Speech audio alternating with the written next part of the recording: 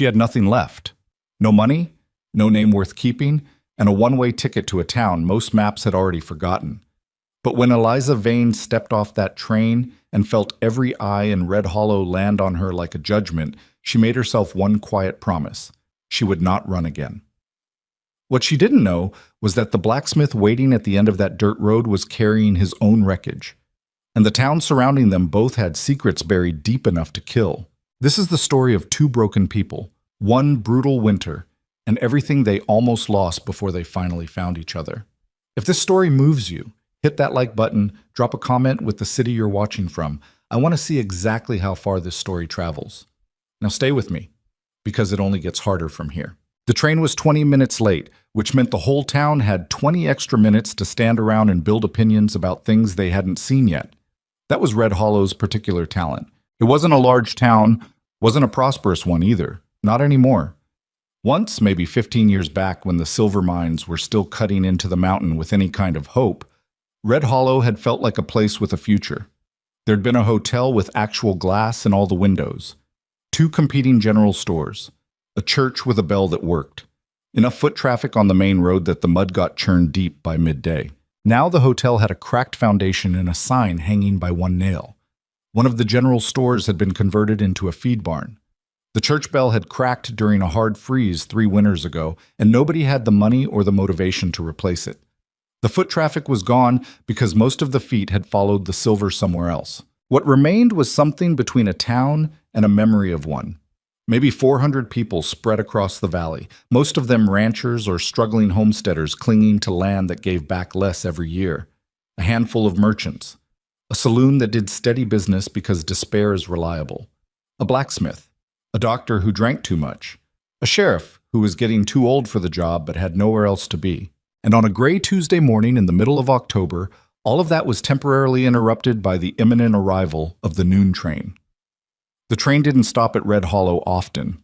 Once a week if the schedule held, which it rarely did. Usually it dropped off supplies, maybe a piece of mail or two, and moved on within 10 minutes. Occasionally it brought a passenger, but that was rare enough to be worth watching. So when word got around that someone had bought a ticket to Red Hollow, not through it, not stopping briefly before continuing on, but actually to Red Hollow as a destination, people paid attention. They paid more attention when somebody mentioned the ticket had been purchased by a woman traveling alone. Quote, Dale Coffey was the first one to see her through the window of the saloon. He was nursing his second whiskey of the morning, which was his usual pace for a Tuesday, and he happened to be sitting close enough to the front window that he had a clean view of the platform when the train shuddered to a stop in a cloud of steam and old metal smell. Most of the passengers who climbed down moved fast. A drummer with 2 sample cases who looked annoyed to be there. A young man who was immediately grabbed by someone who must have been a relative. The 2 of them talking fast and walking away before the steam even cleared. Then she stepped down. Dale set his glass down slowly. She wasn't what he'd expected, though he couldn't have said what exactly he had expected. She was maybe 30, give or take a few hard years in either direction. Dark hair pulled back in a way that was more practical than stylish. A coat that had been good quality once but had been worn past its best days. She carried a single canvas bag. Not a trunk, not even a proper travel case, just a bag. And she set it down at her feet when she reached the platform and stood very still for a moment. She didn't look around nervously the way strangers usually did, searching for a friendly face or some sign that they'd arrived at the right place. She looked around carefully, like she was taking inventory, like she was already figuring out where the exits were. Well, Dale said to nobody in particular, there's a story. Behind him, 2 men at the bar turned to look. Her name was Eliza Vane, though she'd been other names in other places, names that belonged to other versions of herself she'd left behind like she'd skin. Eliza Vane was the name she'd been born with, the one she'd carried out of a small Missouri town at 17 when it became clear there was nothing there for her anymore. Not after her father drank himself into an early grave and her mother decided grief was a permanent condition that required somebody else to manage the household. Eliza had managed it for 2 years, the cooking, the cleaning, the endless apologizing to creditors, the quiet humiliation of charity at church, before deciding that managing someone else's decline was not a life. She'd worked since then, always worked. That wasn't the problem. The problem was that the kind of work available to a woman without family connections, without money, without a husband's name to borrow, it left marks, not always visible ones. Sometimes just the particular way a person held themselves after years of being treated like they were slightly less than fully human. The careful way they measured how much space they were allowed to take up in a room. The practiced skill of making yourself small enough that nobody noticed you until they needed something. Eliza had gotten very good at being small. She was trying, with uneven success, to stop. The newspaper notice had found her 3 weeks ago in Wichita, where she'd been working as a laundress for a boarding house, 12-hour days, hands perpetually raw, lungs full of steam, and had been 2 weeks behind on her own rent. She'd been reading the classifieds, not with any real hope, but with the desperate habit of someone who keeps checking for a door in a wall that probably doesn't have one. Housekeeper wanted. Red Hollow, Kansas Territory. Work, meals, and winter shelter provided. No experience required. Inquire. G. Hale, Red Hollow Forge. She'd read it 3 times. It was almost suspicious in its plainness. No promises of good wages, no descriptions of a warm family home, no suggestion of anything beyond exactly what it said. Work, meals, shelter, from a blacksmith, in a dying town. She'd written back the same day. His response had arrived 8 days later, which was fast for the territory. It said, "Come if you want the work. I won't waste your time with promises I can't keep. Train stops Tuesdays." That was the whole letter. No warmth, no sales pitch, no attempt to make Red Hollow sound like anything other than what it probably was. She'd packed her canvas bag and bought a ticket 3 days later. The walk from the train platform to the forge was about 6 blocks, and Eliza walked it slowly and deliberately while the town got its first good look at her. She could feel them watching. That wasn't paranoia, it was experience. She'd arrived in enough new places to know the rhythm of it, the way unfamiliar eyes tracked you, the weight of collective judgment being assembled in real time. Women standing in doorways who didn't go back inside when she passed.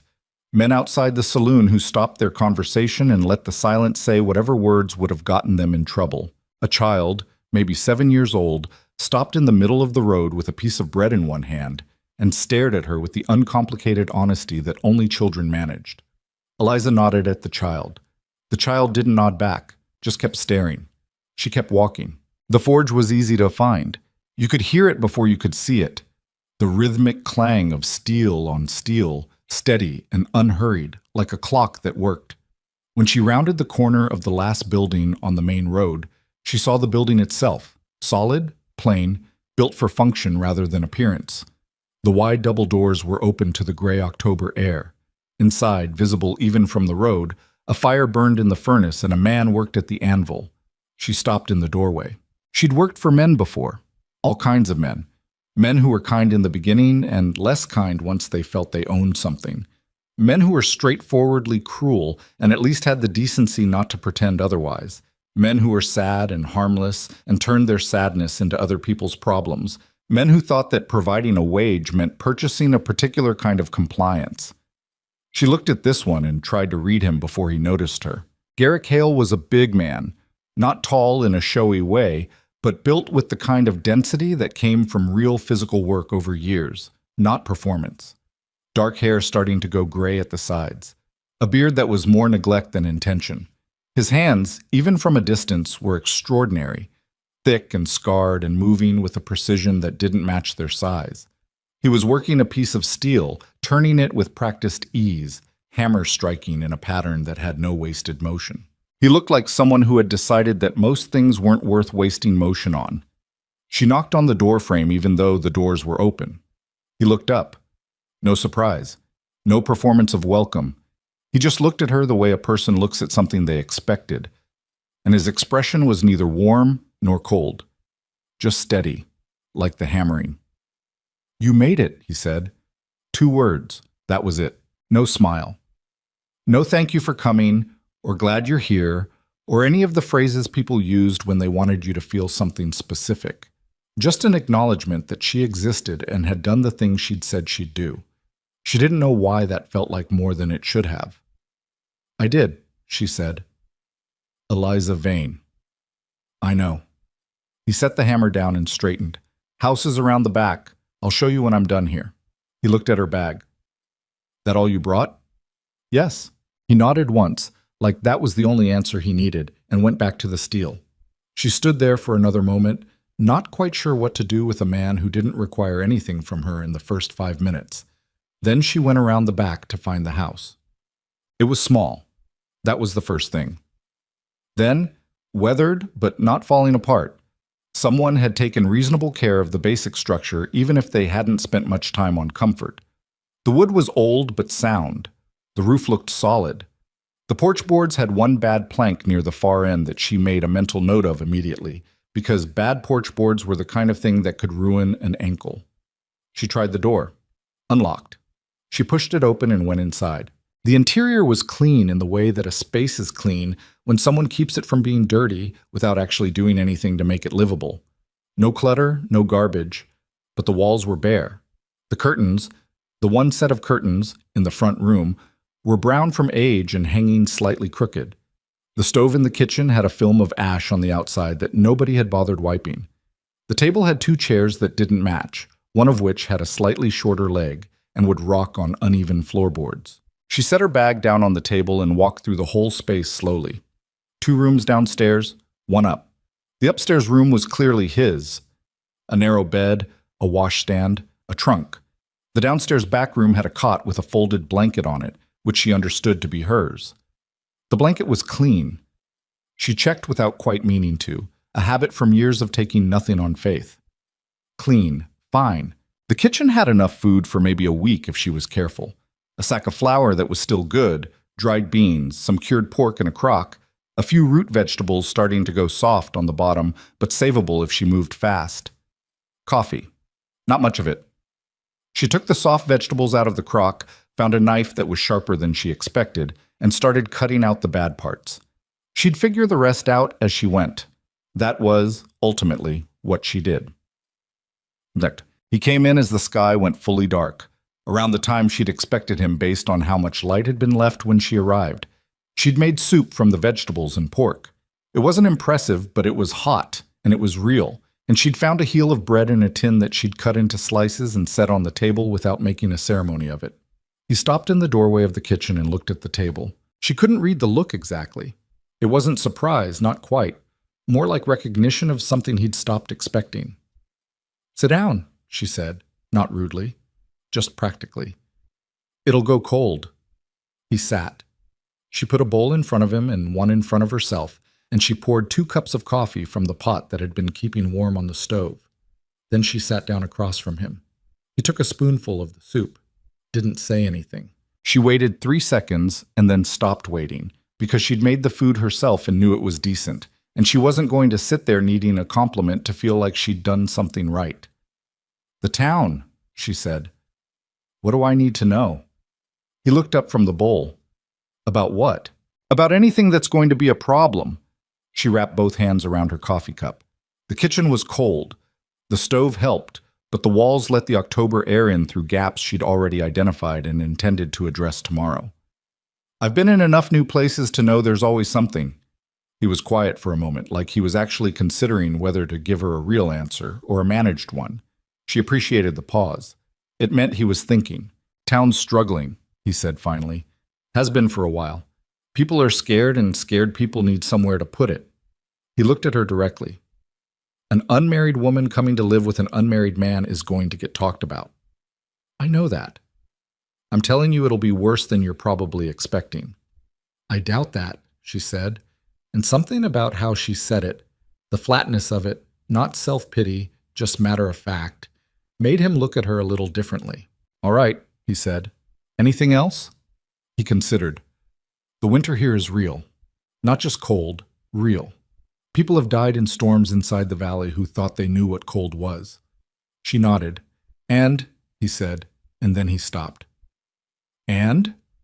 He turned his coffee cup around once. "There are men in this town who own most of what there is to own and don't like anyone pointing at how they got it." That one sat differently than the others. There was something specific under it, something he wasn't saying directly. She didn't push, not on the first night. "Thank you for telling me," she said. He went back to the soup. Outside, the wind came up suddenly, throwing something, leaves maybe, or a loose piece of wood, against the side of the house with a sound like a knocked fist. The lamp on the table flickered.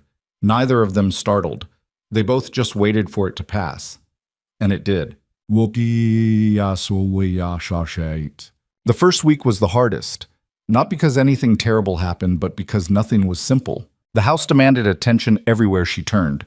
The cracked window in the back room she'd patched with oilcloth she found in the barn. The porch board she'd replaced using a plank she'd asked Garrick for, and he'd provided without comment. The gaps in the kitchen wall she'd sealed with a combination of cloth scraps and a caulking compound she'd made from wood ash and tallow, a trick she'd learned from a woman in Nebraska who taught it to her without explanation, the same way most useful knowledge passed between women, quietly, practically, without ceremony.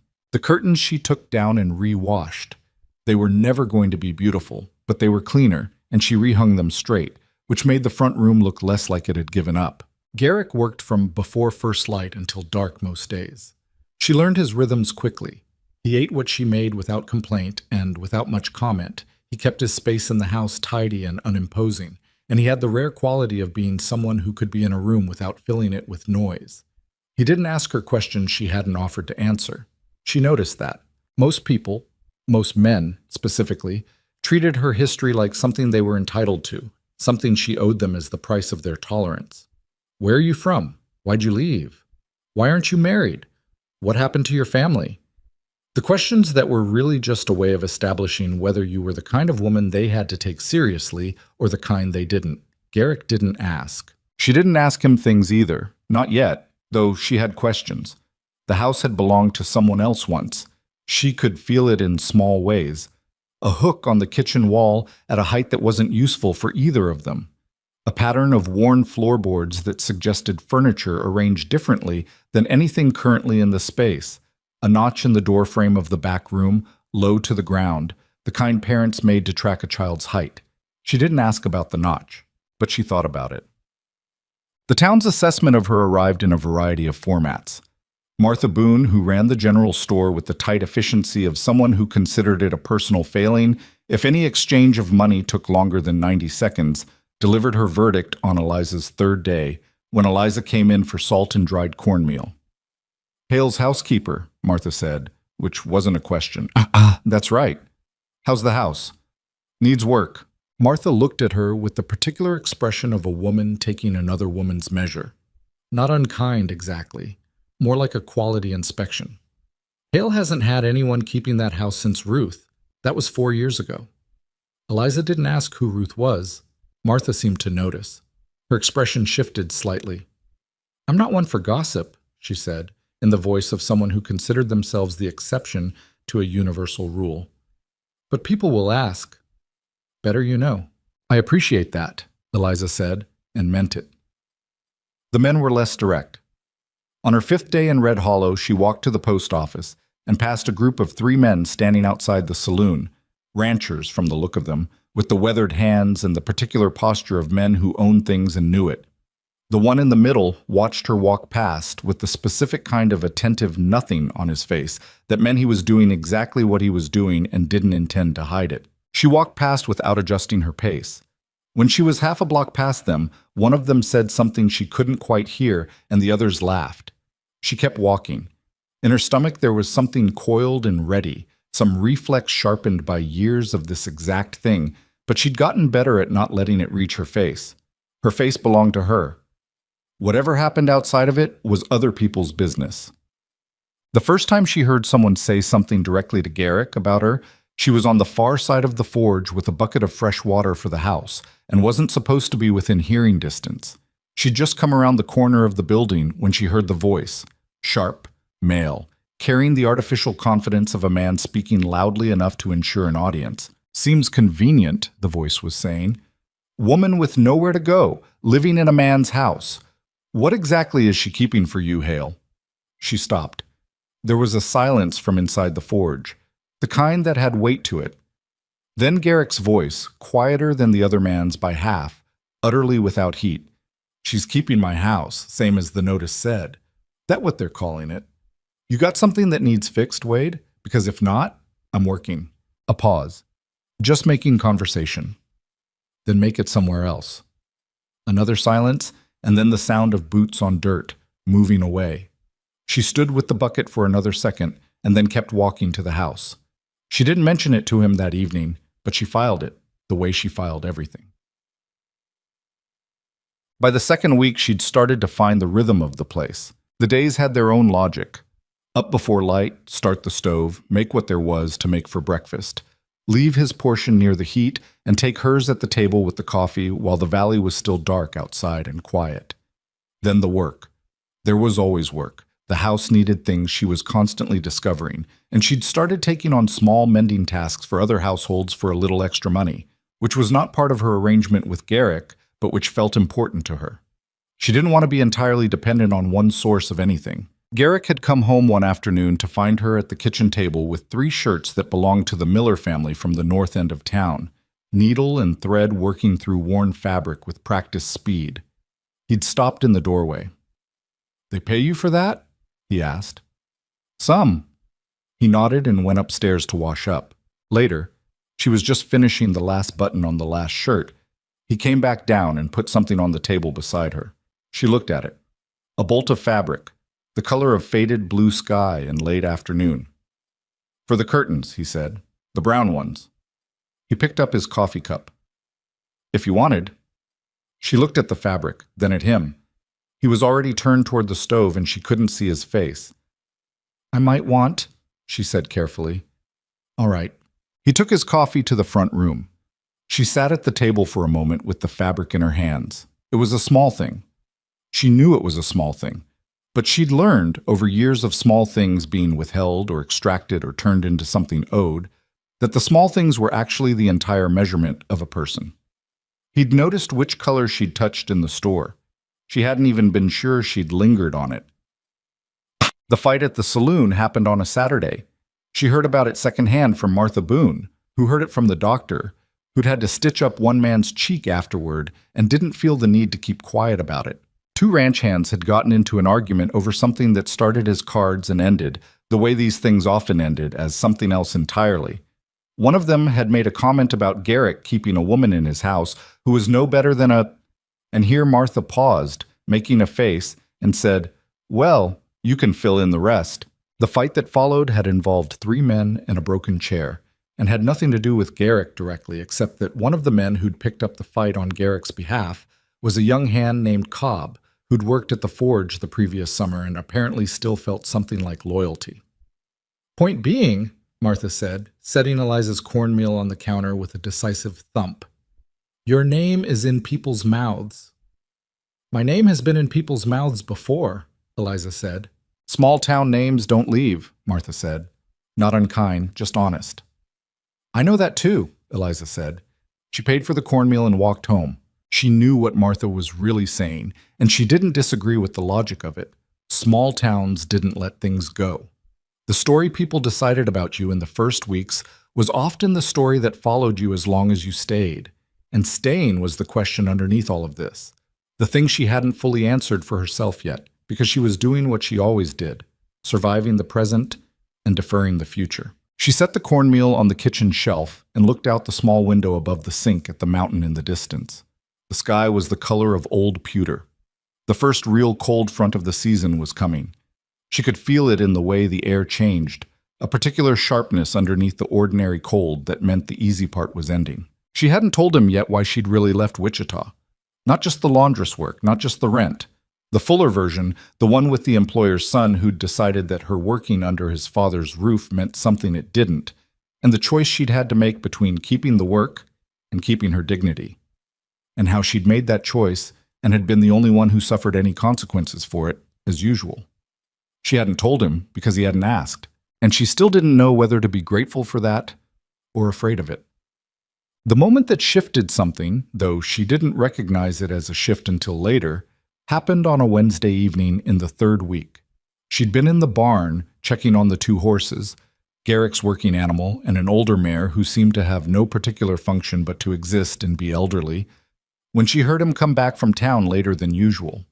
It was almost full dark and colder than it had been, the kind of cold that got into the walls. She came out of the barn and found him standing at the pump, washing his hands, and something in the way he was standing was different.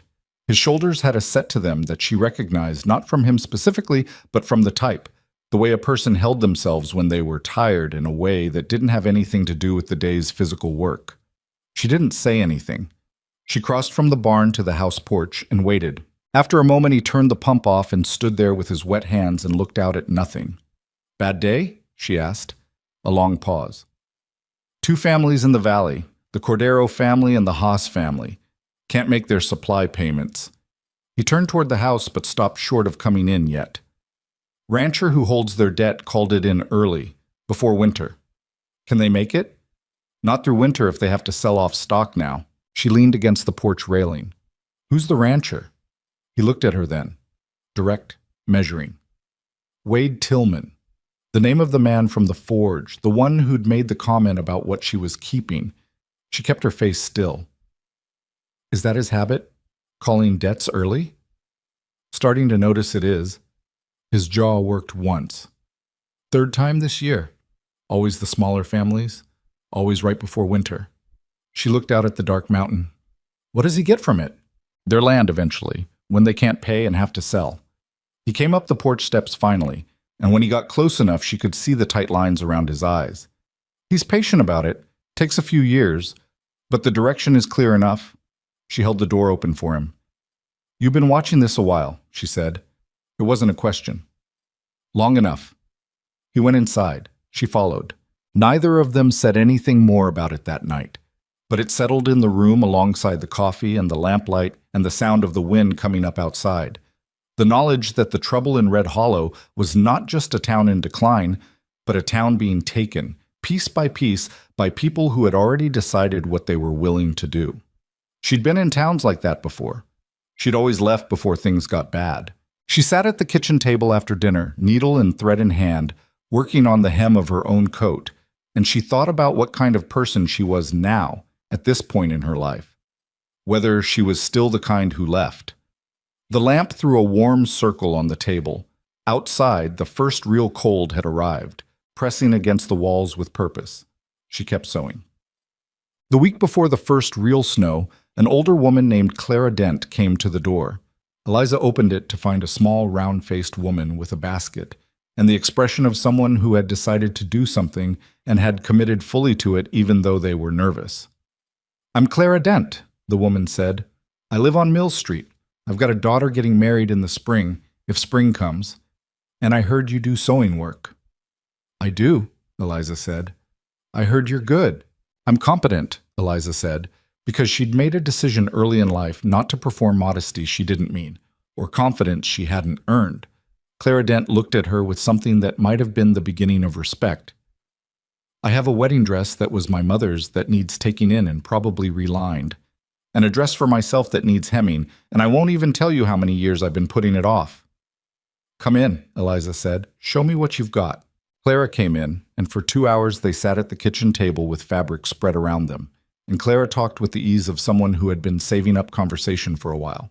She talked about her daughter, about the young man the daughter was marrying who Clara thought was adequate if not inspiring, about the winter, about the summer that had been too dry.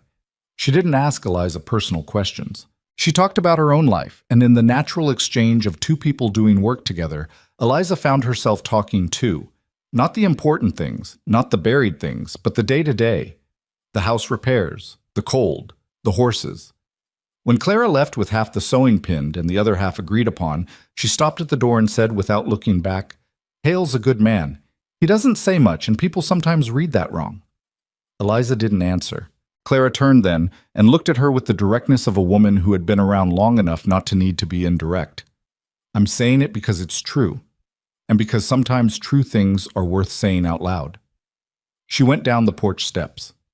Eliza stood in the open doorway in the cold air and watched her walk away and felt something complicated move through her that she didn't immediately have a name for. The morning the real weather announced itself, Eliza woke up before the alarm she'd set in her own head, a skill from years of working jobs that didn't forgive sleeping late, and lay on the cot in the back room listening. The wind, different from before. She got up and looked out the small window. The sky wasn't sky anymore. It was a solid gray-white wall coming down from the mountain, and the temperature had dropped in the night to something that wasn't just cold but intentional, the kind of cold that meant business. By the time she had the stove lit and the water on, Garrick was already up and moving, coming down the stairs in his work clothes with his coat half on, stopping in the kitchen doorway. "Looks like it's starting," she said. "Looks like." He poured himself a coffee, drank half of it standing up. "Do you need things from town before it gets worse?" He looked out the window. "I'll go this morning before it comes down. There's a family on the east side, the Reyes family. She has a baby. I want to make sure they've got enough wood stacked." She turned from the stove. "I'll go with you." He looked at her. "You don't have to." "I know I don't have to," she said, with enough edge in it that he got it. He finished his coffee. "All right." They went to town together in the wagon, with the sky lowering above them and the wind sharp enough to make the horses flatten their ears against their heads and walk faster than usual, as though they too understood what was coming and wanted to be somewhere else. In town, the mood was already different. People moved with purpose. The saloon, for once, was doing less business than the general store. Martha Boone was selling supplies fast, working through a line at the counter while her husband loaded crates in the back. While Garrick went to the Reyes families, Eliza stayed at the store and helped Martha work through the line, doing simple transactions, bagging flour and sugar, mostly just creating a second pair of hands that could move. Martha didn't thank her, just put her to work without comment, which was, Eliza had come to understand, Martha's form of acceptance. When the line finally cleared, Martha looked at her with her standard assessment expression. "You staying through winter, then?" Martha said. "Seems like," Eliza said. Martha put more cornmeal in a bag and handed it to her. "Here, on account. Pay me in spring." Eliza looked at the bag. "Don't make it a thing," Martha said briskly, already turning to restock a shelf. Eliza put the bag in the wagon. She stood outside in the bitter cold air for a moment, watching snow begin to fall, the first real snow, fat and purposeful, not the decorative kind, and felt something move through her that was uncomfortably close to belonging. She'd been careful not to feel that. She knew from experience that belonging had a cost, and she'd been paying costs her whole life without much control over them. But it was getting harder to maintain the careful distance she'd built into herself. Garrick came back to the wagon with the particular expression of someone who'd accomplished a small thing that mattered. He climbed up, took the reins, and looked at the sky. "Ready?" he said. "Ready," she said, and they drove home through the falling snow, the first real snow of a winter that none of them yet knew would test everything they thought they were made of. The cold was just beginning, and Red Hollow was not what it appeared, and the woman from the noon train had not yet seen what she was truly capable of. But winter has a way of answering questions about people that fair weather never asks. It was coming. It was all coming. The snow that had started falling on their drive home didn't stop. It went on through the night and into the next morning, soft and relentless, filling in the ruts on the road and burying the lower fence posts and settling on the roof of the forge with a weight Eliza could hear in the way the building groaned around 2 a.m. when she got up to add wood to the stove. By the time gray light came back, Red Hollow looked like something out of a different story. Quieter, cleaner, all the hard edges softened under white. It was beautiful the way dangerous things sometimes were, the kind of beautiful that asked you to forget what it could do. She didn't forget. The first full week of snow changed the daily rhythm of the house in ways that were harder to navigate than she'd expected, not because of the cold or the work, but because of the proximity. Before, there had been enough in and out, enough movement between the forge and the house and the barn and town, that the space between them felt natural. Now the world had narrowed. The roads were passable but unpleasant, and most days there was no reason to go far, which meant they were in the house together more than they had been, moving around each other in a space that was never designed for two people who didn't yet know the full shape of one another. She was at the kitchen table early one morning, the lamp still burning against the dark outside, working on Clara Dent's wedding dress, when Garrick came downstairs and stopped at the bottom of the stairs and just stood there for a second.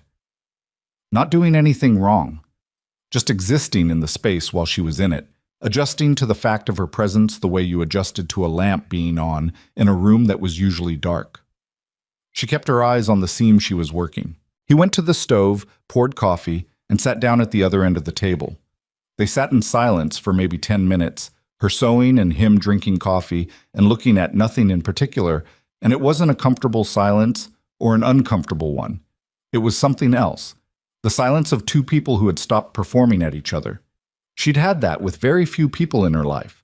She wasn't sure what to do with it, so she just let it be. He broke it first. Clara Dent came by yesterday while you were out. Said to tell you the lining you ordered from the store came in. I know. Martha sent word. He wrapped his hands around the cup. You don't have to do all that, the sewing work for other people. I know you can, she said, without heat. That's not why I do it. A pause. All right. It's not about the money, specifically. She bit the thread and smoothed the seam. It's about having something that's mine. Not the house, not your wages. Something I made happen. He was quiet for a moment. I understand that. She looked up then, and his face had the expression of someone who actually did. She went back to the dress. Outside, the wind picked up and threw a fistful of snow against the kitchen window, and they both ignored it the way you ignore something you've already decided not to be afraid of. The second week of real winter brought new problems, as second weeks tended to do. The cold had settled into the valley like it owned the place, and people who'd been cautiously optimistic in the first snow were now starting to look at their supply situations with the arithmetic of worry. 2 families on the South Road lost livestock, a combination of the cold and a fence that hadn't held. And word spread through town the way bad news always did, faster and further than good news ever managed. Eliza heard it from Martha during a supply run, delivered in Martha's way of stating facts without editorializing and trusting the listener to draw the right conclusions. Haas family lost 4 head, Martha said, setting flour on the counter. Cordero lost 2 and might lose more. Feed's getting expensive and Tillman raised his storage prices again. She paused. 3rd time this season. Eliza looked at her. He's the one who holds their debt. Martha's expression was careful and precise. Among other things. What other things? Martha looked at the door, then back at her. He's got a piece of the supply contract for the county. Not officially. Officially, it's his brother-in-law, but... She stopped, making the kind of face that finished the sentence without words.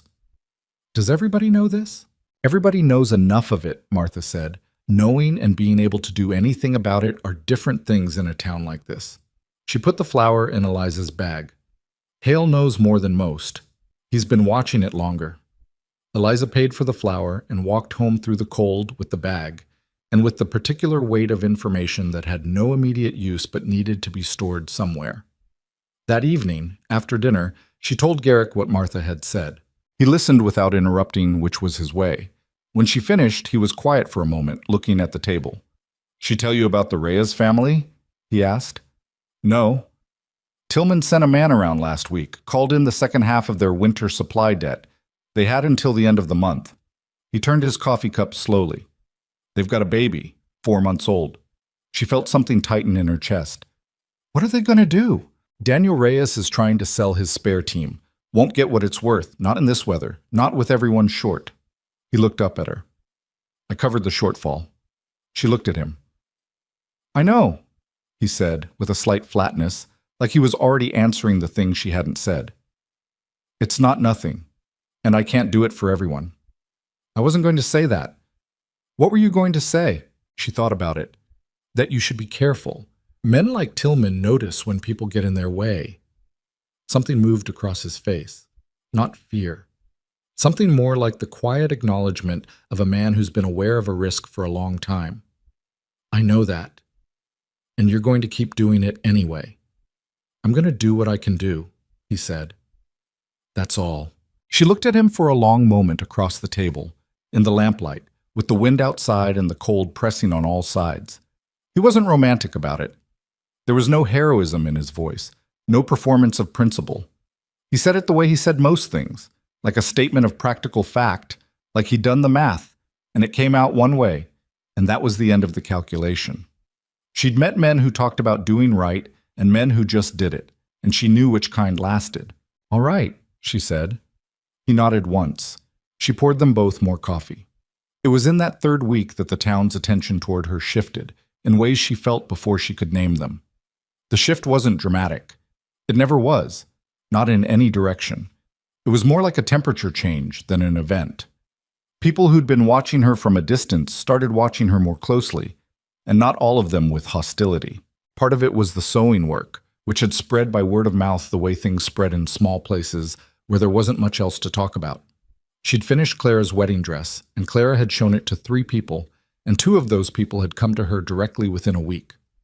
A woman named Petra, who needed a coat altered for her teenage son who'd grown 2 inches since September.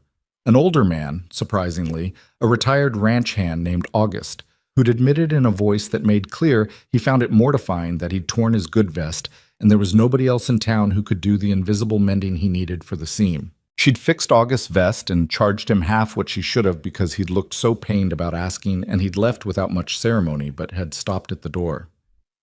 "You did good work on that," he said, not looking at her. "Thank you. People are saying things about you that aren't right." He put on his hat. "Just so you know, there's some of us who can see the difference." He left before she could respond. She stood in the doorway for a second, holding the door, and felt that complicated thing again, the one without an easy name. The hostility was still there, too. It didn't disappear just because some people were warming up. That was the thing about small-town opinion. It wasn't uniform. It was a whole ecosystem of positions. And the people who disliked her weren't going to stop just because August thought she could sew a seam. The one who'd been most vocal, Wade Tillman, she still hadn't spoken to directly. She'd seen him twice at a distance. He was a broad man in his 50s with a rancher's physical confidence, the posture of someone who had decided long ago that most spaces belonged to him. She'd watched him from across the street once and tried to understand him the way she tried to understand all obstacles. Not emotionally, not yet, but architecturally. What did he need? What did he fear? What would make him move? She didn't have enough yet, but she was watching. The 4th week, something happened that had nothing to do with Tillman or supply debts or any of the things she'd been tracking. It was small, and it mattered more than it should have, and she turned it over in her mind for days afterward without quite admitting to herself that she was doing it. Garrett came home in the middle of the day, which he never did, and came straight to the kitchen where she was working. He had a look on his face that wasn't quite right. Not scared, but the look of someone trying to keep a tighter hold on a feeling than usual. "What happened?" she said immediately. He sat down. He had a cut on his left hand, she noticed, not deep but not nothing, wrapped in a rag. "The Reyes boy," he said. "The baby." She put down what she was holding. "He's all right," Garrick said quickly. "He's fine, it was close." He stopped. The stovepipe in their place came loose in the night. They didn't notice the smoke until Maria woke up and the room was already bad. He looked at his hand. "Daniel got them out. Everyone's fine. But it was close." She let out a breath slowly. "I went over this morning when I heard. Fixed the pipe." He looked up.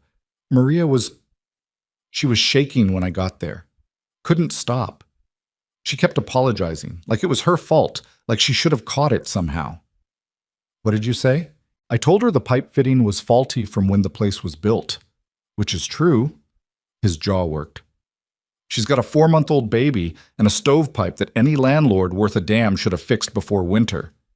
The edge in it was quiet but real. "Tillman owns that property." There it was again, that name underneath everything. Eliza sat down across from him. "Let me look at your hand." "It's nothing." "Let me look at it anyway." He put his hand on the table without further argument. She unwrapped the rag and looked at the cut.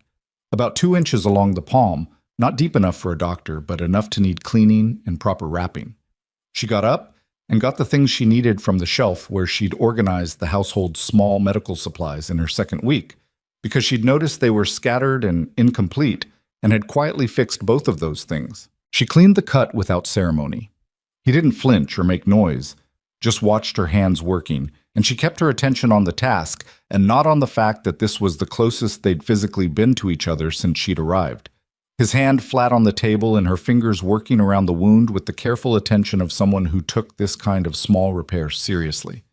"You do that like someone who's had practice," he said. "I've had practice." He didn't ask what kind. She didn't volunteer it. She wrapped the hand with a clean cloth and tied it off and sat back. He flexed his fingers once, testing, then looked at her. "Thank you," he said. "Don't use that hand for heavy work for a couple days." He made a sound that might have been a short laugh, which was the first one she'd heard from him. "I'll do my best." "I know you won't," she said, "but say it anyway." The look on his face when she said that, the brief surprise of it, and then something settling underneath, something that looked almost like relief. The expression of a man who'd been spoken to plainly and found it better than he'd been expecting. She stored that look carefully somewhere she didn't examine too closely. She went back to her work. He stayed at the kitchen table for longer than he usually did in the middle of the day, and neither of them said much more, and outside the snow kept coming down, and the small house held its warmth against the cold with the determination of something that had decided, despite everything, to keep going. The first thaw of the season came in early December. Not a real thaw, just a brief relenting, a few days where the temperature lifted just enough to remind everyone that the cold wasn't the only thing that existed. People came out of their houses blinking in the gray light like they'd forgotten what the outdoors looked like. During those few mild days, the town's social life expanded slightly, and Eliza found herself in it more than she'd been. She helped Clara Dent deliver the finished wedding dress and stayed for coffee, which turned into an hour of conversation with Clara and two of her neighbors that was, if not warm exactly, at least mutual. She stopped at the doctor's to pick up the willow bark tincture she'd asked him to put aside. She'd gotten a headache that had lasted 3 days and had finally decided to address it properly. And the doctor, a tired-looking man named Ira Foss, had looked at her over his glasses and asked whether Garrick was keeping well. "Far as I know," she said. "He doesn't come in," Foss said. "Ever. I've been here 9 years and I think I've seen him twice." He paused. "You might tell him that a man who works a forge doesn't get to ignore his hands." "I'll tell him," she said, and then, because it seemed relevant, "I already looked at a cut he had last week." Foss gave her a look that was part medical professional suspicion and part something else. "How was it?" "Clean. I cleaned it properly." "Good." He handed her the tincture. "He trusts you to do that?" She thought about the way Garrick had put his hand on the table without much argument. "He didn't stop me." "For him," Foss said, with the certainty of someone who'd been watching from a distance for 9 years, "that's basically the same thing." She thought about that on the walk home. The particular way trust built in some people, not through declarations, not through warmth performed on purpose, but through the slow accumulation of not being let down. She understood it because it was how she operated too. You didn't decide to trust people. You just noticed, eventually, that you'd stopped bracing for the next thing. She was still bracing, mostly, but she was bracing a little less than she had been. The thaw ended and the cold came back harder than before, and with it came the first real sign that the winter was going to be worse than most people had accounted for. Word came down from a homestead north of town that the family there had found their root cellar flooded from a pipe burst, losing most of their stored vegetables. On the southern edge of the valley, 2 more livestock losses. The mood in town took on a tighter quality, the way a face goes careful when it's working hard not to show something. She was in the store when she heard 2 men she didn't know talking near the back shelves, not bothering to keep their voices down because they either hadn't noticed her or had decided she didn't count. "Tillman's raising storage rates again," one of them said. "3rd time since October. You try to find storage anywhere else, his man is already renting it. Bought out the Riley barn last month." "How's that even legal?" the other one said. The first man laughed, a short, unhappy sound. "Legal takes a judge. We ain't got one within 40 miles.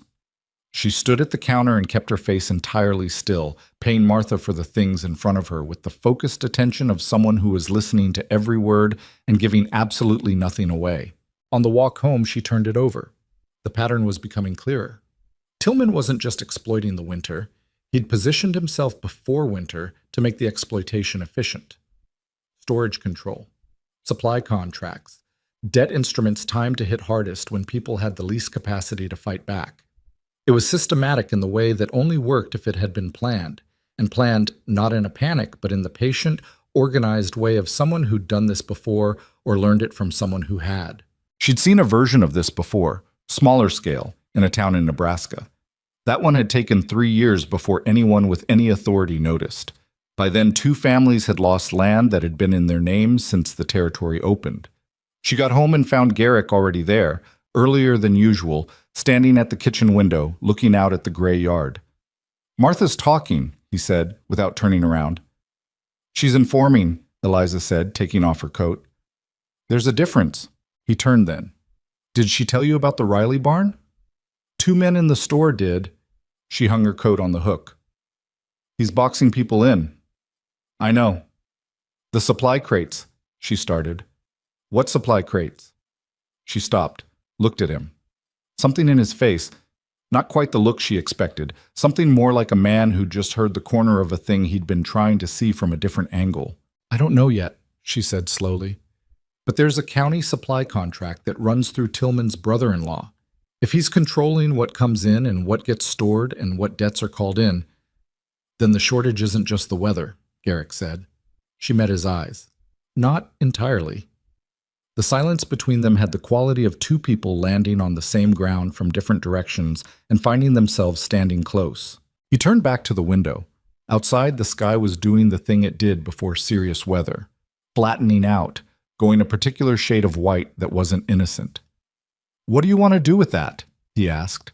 The question surprised her slightly, not because it was wrong to ask, but because he was asking her, treating her assessment as part of whatever decision came next. She'd been in enough situations where what she thought happened to be at the end of a very long list of people whose thoughts mattered more. I want to understand it fully before we do anything, she said. Partly informed is how people get hurt. Agreed.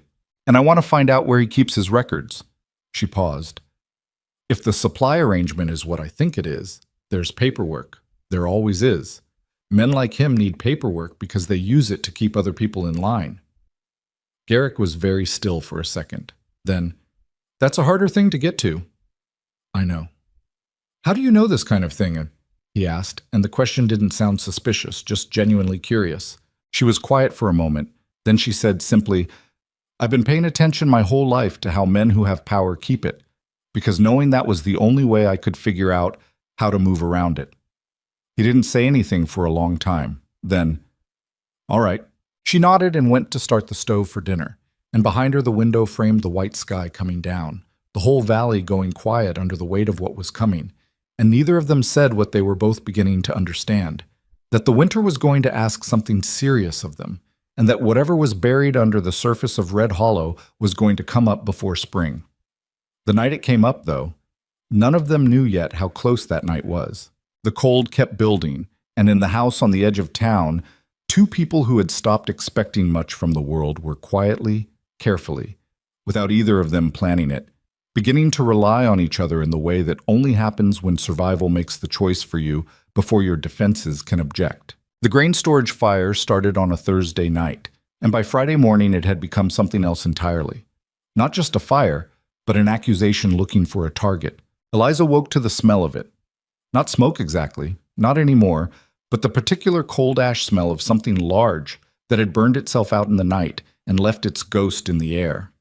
She got up before light and stood at the kitchen window and could see the glow, faint and orange, on the far end of the main road where the county grain storage building had stood since before Red Hollow started shrinking. She dressed fast and went to wake Garrick, but he was already up, already pulling on his coat at the bottom of the stairs. I know, he said when he heard her on the steps. They went together. By the time they reached the burned building, half the town was already there, standing in the pre-dawn dark in coats thrown on over night clothes, faces lit by the last of the embers. The structure was gone, not damaged, gone, collapsed in on itself into a low mountain of blackened timber and ash that was still putting off heat you could feel from 20 feet away. The smell was extraordinary in the cold air, that mixture of burned wood and something else underneath it, something chemical, that told anyone who knew anything about fires that this one had help. Sheriff Tom Briggs was there, old and deliberate, walking the perimeter with the careful attention of a man who understood that whatever he saw in the next hour would matter later. He was maybe 60, white-haired, with the particular tiredness of someone who'd been managing a town's problems for so long that the problems had started to feel personal. Eliza stood at the edge of the crowd and watched him work, and watched the crowd simultaneously because the crowd was its own kind of evidence. People's faces in the immediate aftermath of disaster told you things they'd spend the rest of the day trying to hide. Most people looked scared. That was normal, appropriate. A town already stretched thin had just lost a significant portion of its winter grain supply in a single night. Fear was the right response. But three men on the far side of the crowd didn't look scared. They looked careful. Wade Tillman was one of them. He was standing with his hands in his coat pockets, watching the ruins with an expression that was performing concern, the way a man performs concern when he knows what he's supposed to look like. She filed it.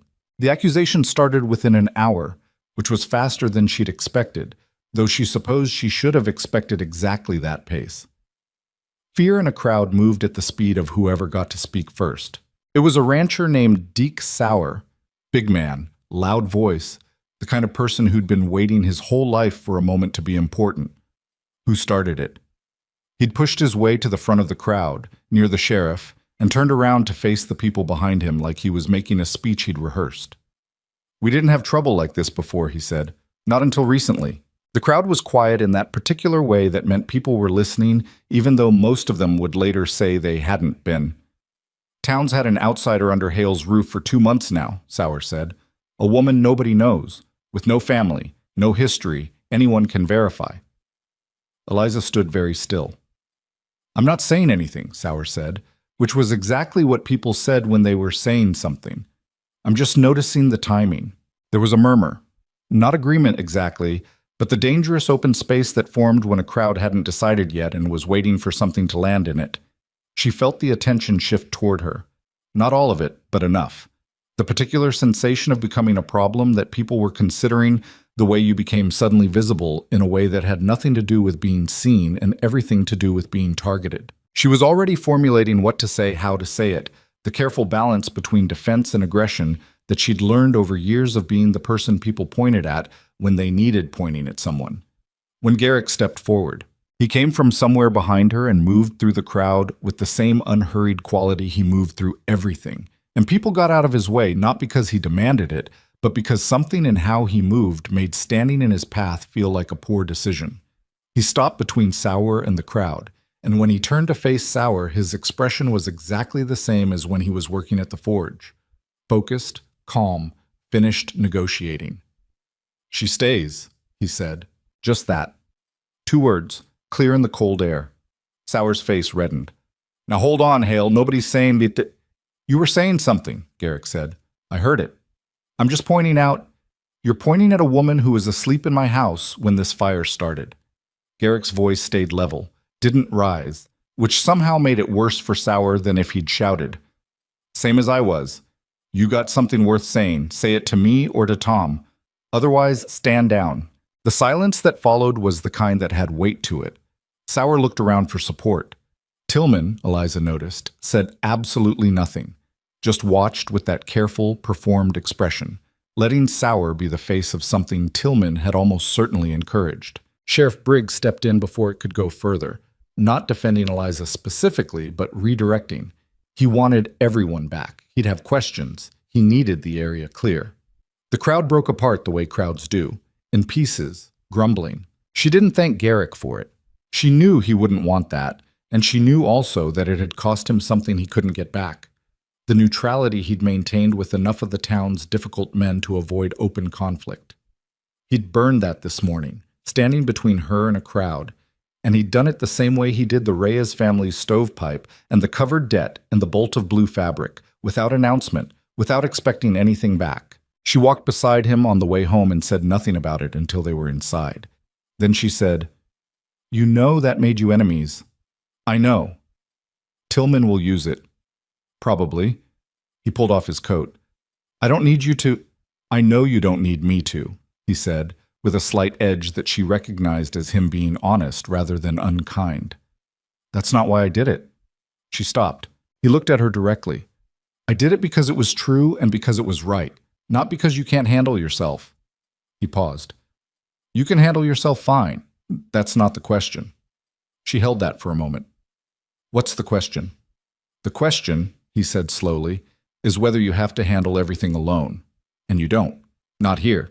She stood in the kitchen in her coat, cold still coming off her, and looked at this man who had said that the same way he said everything, without performance, without wanting something for it, just as a statement of what was true, and felt something inside her she had been protecting very carefully shift in a direction she wasn't sure she was ready for.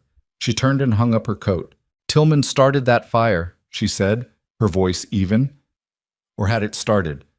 I need you to know I believe that. A pause behind her. So do I. Then we need to talk about what happens next. She turned back around.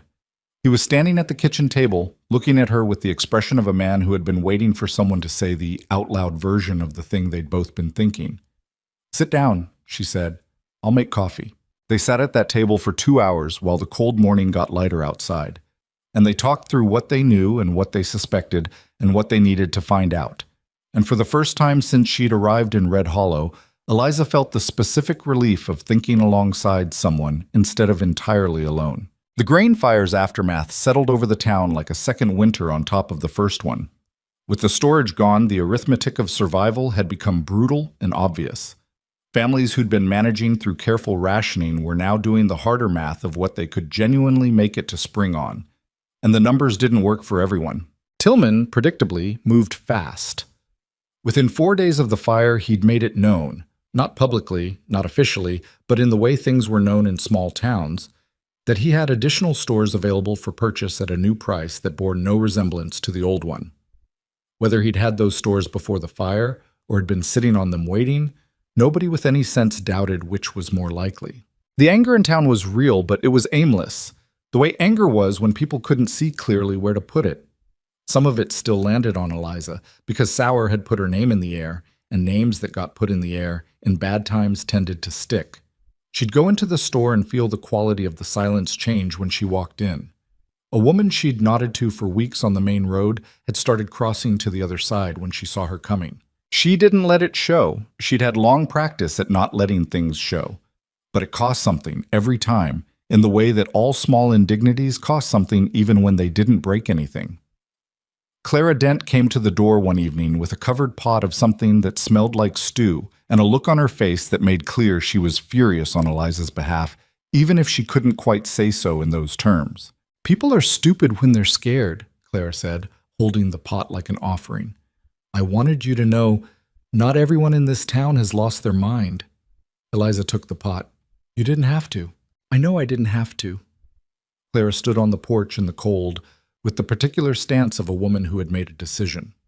I also know that you finished my daughter's wedding dress so well that my daughter cried when she put it on, and that you helped Martha Boone with the store line during the first snow when nobody asked you to, and that you've been decent to people in this town who haven't been decent back, and I'm tired of watching decent get treated like it's suspicious. She pulled her coat tighter. So there's the stew. You're welcome. She went back down the porch steps before Eliza could respond, which was fine, because Eliza wasn't sure she had a response that wouldn't have embarrassed both of them. She brought the stew inside and set it on the stove and stood next to it for a moment with her hand on the pot's lid, and the warmth of it came up through her palm, and she was so tired of things costing so much. That was what she couldn't say to anyone, not even Garrick, not yet. The constant expenditure of holding herself together in an environment that was always slightly hostile, the way that being careful all the time used up something that didn't replenish fast. She was tired, not of Red Hollow specifically, of carrying herself the way she had for so long. The blizzard came on a Monday. It didn't sneak up on anyone. The sky had been announcing it for 2 days, building towards something with the particular escalating seriousness of a problem that wasn't going to be manageable. By Sunday night, Garrick had brought extra wood onto the porch and into the house itself, and Eliza had made sure the food stores were as solid as she could make them, and they'd both gone to bed knowing that tomorrow was going to be different. What they hadn't known, what nobody had known, was how much worse than forecasted it would be. Eliza woke at 4 in the morning to a sound she'd never heard before and spent 3 seconds trying to identify. The whole house was under a pressure, a roaring that wasn't quite wind the way she'd understood wind until now. It was more like the air itself had decided to become a physical force and was demonstrating that fact on every surface simultaneously. The walls shuddered. The window in the front room, the good one, the one she'd checked twice in autumn, had a crack running across its lower corner that hadn't been there yesterday. She got up. The temperature inside the house had dropped despite the stove, which meant the cold outside was extraordinary. She got the stove going again, hotter, and stood in the kitchen in the dark, listening to the house hold itself together and feeling the particular human helplessness of being entirely at the mercy of something that did not care whether you lived or died. Garrick was up 20 minutes later. He stood at the kitchen window and looked out at nothing, because there was nothing to see. The snow was a solid white wall at 4 feet visibility, the yard invisible, the barn a ghost shape at the limit of what the lamp could reach. "Don't go to the forge today," she said. "I know." "You were planning to." "I know," he said again. He turned from the window and looked at her with that straightforward expression. "I know better than that." She gave him coffee, and they sat and listened to the blizzard take the world outside apart and rebuild it in its own image.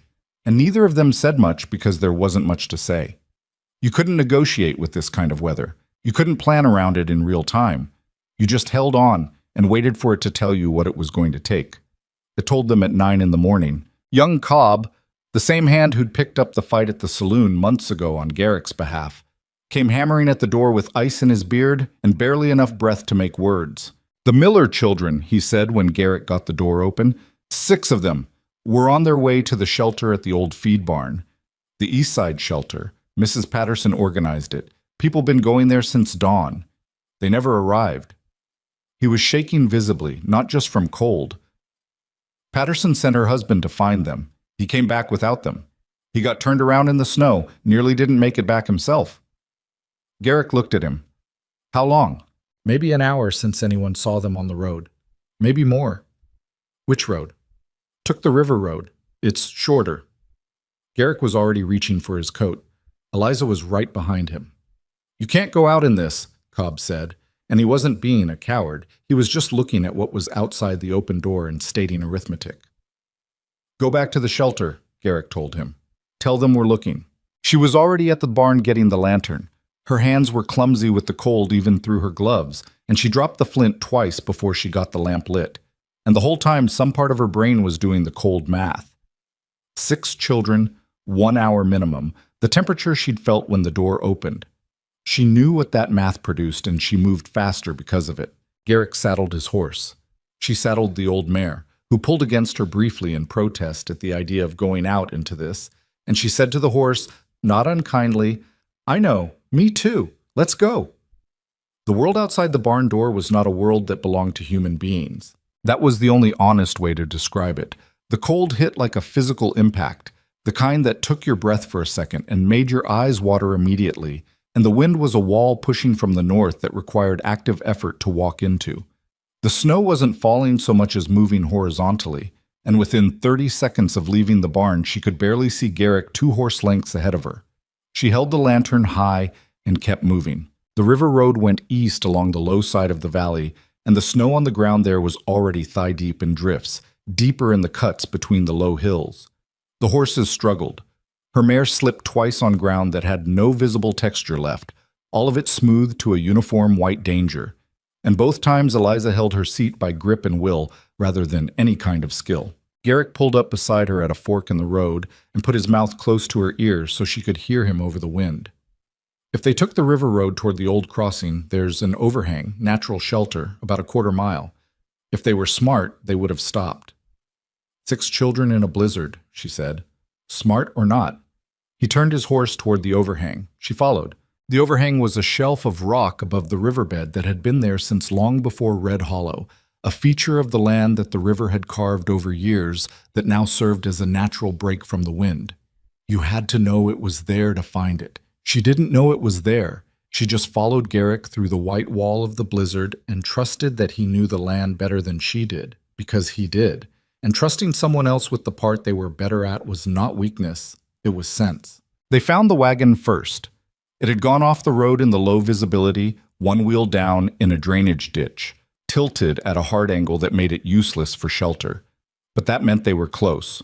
Garrick dropped off his horse and went forward on foot with the second lantern, and she came behind him, and in the hollow under the rock shelf they found all 6 Miller children in a pile of shared body heat with the eldest, a girl maybe 12, in the outside position with her back to the wind and the younger ones nested in front of her. The girl looked up at the lantern light with an expression that in an adult would have been exhaustion, but in a 12-year-old was something harder to look at. The expression of a child who had been frightened past her capacity for it and had come out the other side into a kind of terrible calm. "Mr. Hale," she said. Her voice was steady in a way that her lips weren't, cracked and pale with cold. We've got you, Garrick said. He pulled the smallest child, a boy, maybe 4, barely conscious, out of the pile and put him inside his coat against his body. Eliza spread the blankets she'd brought across the others and got them moving, got them on their feet, because standing still was done now. Moving was the only option. The walk back was the longest of her life. Not in distance, maybe 3/4 of a mile total, but the wind was against them the whole way back, and she had 2 children on her horse and was walking beside it on foot because the mare couldn't carry more weight through drifts this deep, and the lantern kept threatening to go out. And she counted steps without meaning to as a way of keeping herself from counting how much cold she'd taken into her body and how much more she might be able to take. The 12-year-old walked beside her for a while and then started to slow, and Eliza put the girl's arm over her shoulders and kept moving. "What's your name?" Eliza said, because talking required the girl to be present. "Annie?" Barely audible. "Annie? Keep walking. Don't stop." "My feet." "I know." She did know. Her own feet had stopped feeling specific things and started feeling general cold, which was not yet dangerous but was the step before dangerous. "Keep walking anyway." She kept walking anyway. Garrick was ahead of her, horse loaded with children, the boy still inside his coat, cutting the path through the snow that was the only reason they were moving at the pace they were. At one point he turned back to check on her, and she saw his face briefly in the lantern light, ice on his beard, the deep lines of cold and effort around his eyes, and she thought with a clarity that the cold had stripped her down to, she was glad he was here. Not in a tender way, not in that moment, in the hard practical way of someone who needs another capable person and has one. She was glad.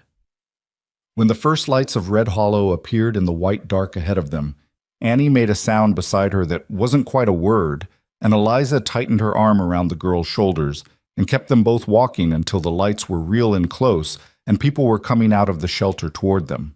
Garrick handed the smallest boy to the first person who reached him, and the child was breathing. He was cold and he was barely conscious, but he was breathing, and that was the number that mattered. She got Annie to the shelter door and released her into Clara Dent's arms, and then she stood in the relative shelter of the doorway, with her hands shaking now that the adrenaline was backing off, and the cold that had been a general fact for the last hour was suddenly extremely specific. Her hands, her feet, her face, all of it reporting in with various complaints. She looked down at her gloves.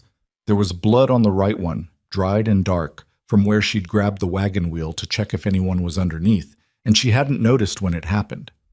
Garrick appeared beside her and handed her something. Someone inside had thought to have hot coffee ready, and the cup was thick and chipped, and the coffee was terrible, and it was the best thing she had ever held. She drank it standing in the doorway, looking at the blizzard still going outside. He stood beside her. His shoulder was touching hers. Neither of them moved away from it. After a while he said, his voice rougher than usual, "You all right?" "Getting there," she said. He looked at her hand, at the bloodied glove. "That needs attention." "Later." "Now," he said, and he said it with the same tone she'd used on him about his cut hand, and she almost said something about that but didn't. Just went inside where it was warm and let Clara Dent press more terrible coffee on her while someone she didn't know looked at her hand and said she'd live. She already knew she'd live. The blizzard broke toward morning. By the time light came back, gray and exhausted looking, like the sky itself needed to sleep, the 6 Miller children were all accounted for and recovering. Annie Miller's feet were badly frostbitten but salvageable, according to Ira Foss, who'd been awake all night and looked it. The youngest boy had been dangerously cold, but was now crying with great conviction, which Foss said was the best possible sign. Eliza sat in the corner of the shelter room with her back against the wall and her repaired hand in her lap, and let the noise of the room, people talking, a child crying somewhere, the sound of relief taking up space, go around her. She was exhausted in a way that went past the body into something structural. The kind of tired where you'd used everything. Across the room, she could see people looking at her, not the way they'd looked at her before. Different. The shift was in the quality of it, not assessment anymore, not judgment. Something slower, something that was still working itself out. Martha Boone sat down heavily beside her, which was not Martha's style, and looked at her with the expression of someone who had updated their position. "You might have gotten yourself killed," Martha said. Children were out there. I know that. I'm saying the other thing too. Eliza looked at her. I know what you're saying. Martha was quiet for a moment. When I said small town names don't leave, I wasn't only saying it as a warning. Eliza thought about that. No, she said. I'm starting to understand that. Outside, the blizzard had finished its work and moved on, as storms did, indifferent to the damage behind them. Red Hollow was buried and broken and somehow still standing. The people in the shelter room were alive and accounted for, and had the particular look of people who'd survived something and hadn't quite caught up with that fact yet. She hadn't cried once in the night. She hadn't been afraid, not in the way that stopped you from moving. What she'd had instead was something she recognized from the hardest moments of her life, a complete narrowing of the world to what needed to happen next, and the will to make it happen, and the refusal to sit still and wait for someone else to do it first. She didn't know if that was strength or damage. She was too tired tonight to figure out which. Garrett came and sat beside her eventually, and he didn't say anything, and she didn't say anything, and the shelter room was loud and warm around them, and outside the valley was buried under feet of snow that would take weeks to clear, and under that snow, under the burned grain storage and the roads and the whole struggling shape of Red Hollow, something else was buried too, something they'd been circling for weeks. She was going to find it. But that was tomorrow. Tonight she just sat in the noisy warmth and let herself be still, and the shoulder that was touching hers was solid and present, and she did not move away from it.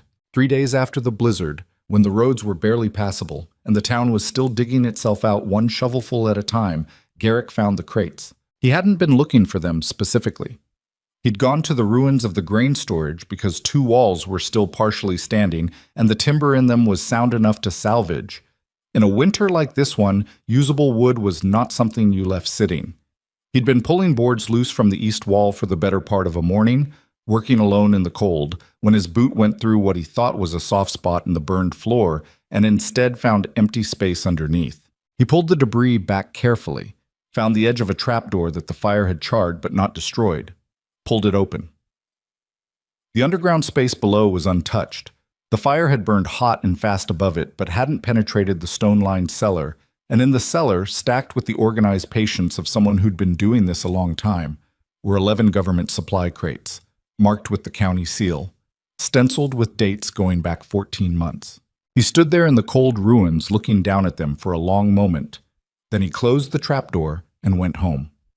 Eliza was at the kitchen table when he came in, working through a pile of mending that had backed up during the blizzard days. She looked up at his face and put down the needle.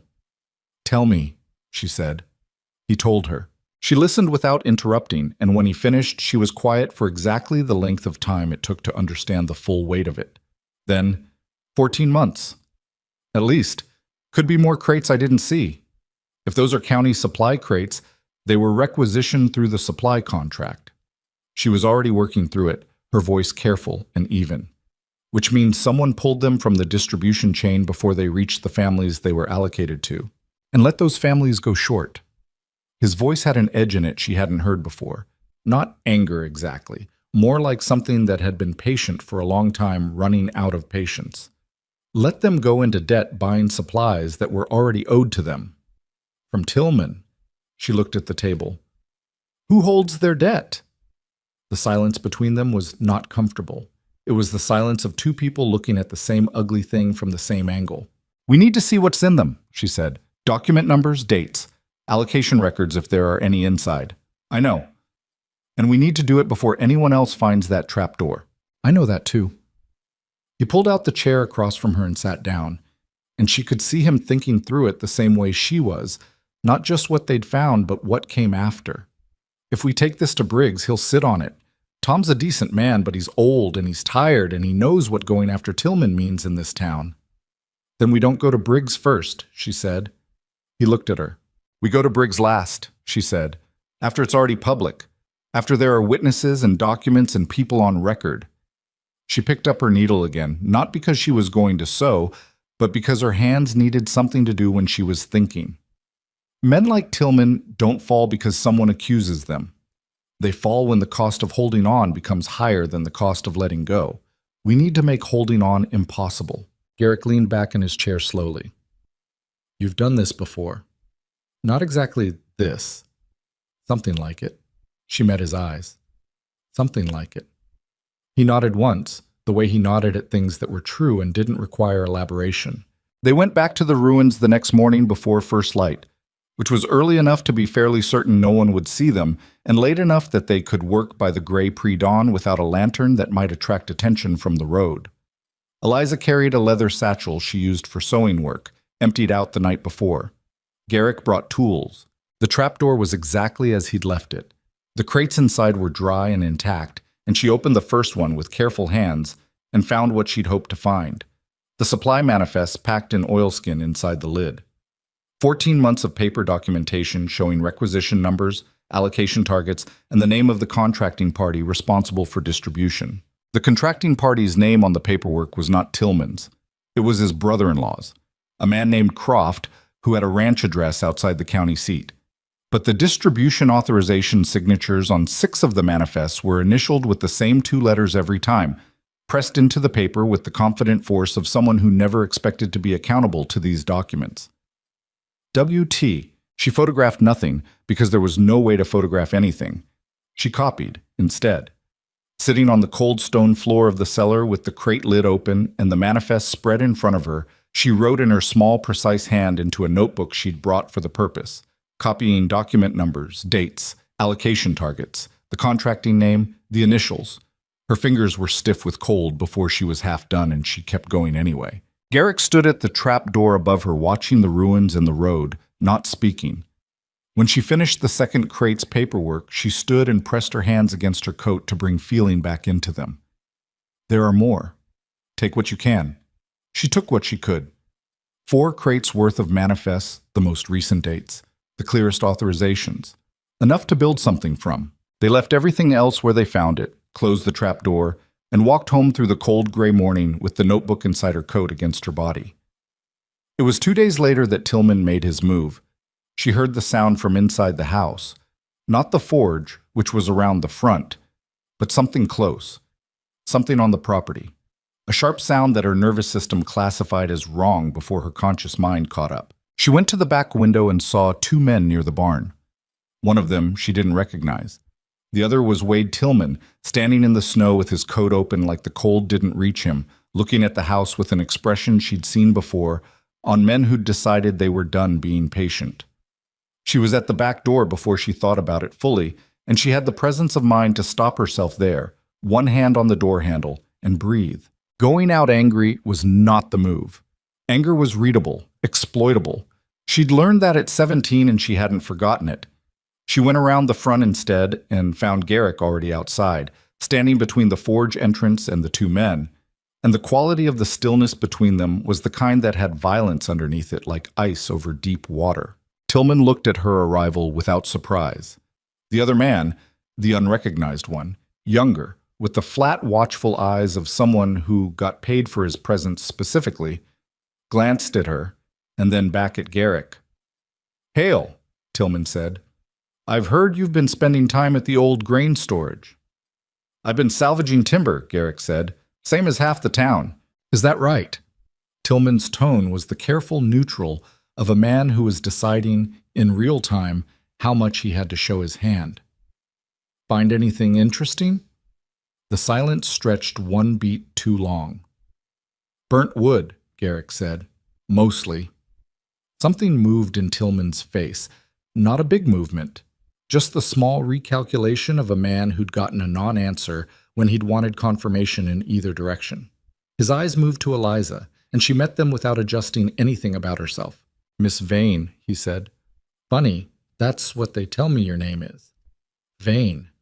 He said it like a joke she wasn't in on.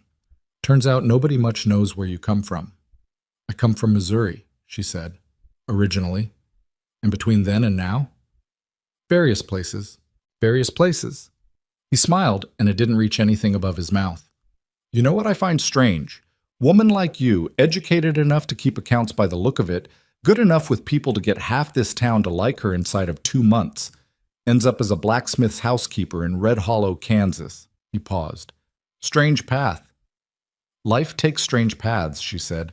"I imagine you know something about that." The smile went still on his face. Garrick moved just slightly, shifting his weight in the way of someone who was prepared for what came next if it came. The younger man clocked it immediately. Tillman looked at Garrick. I want to be clear about something. This town has gotten through hard winters before. People who try to complicate things during hard times don't tend to come out of it well.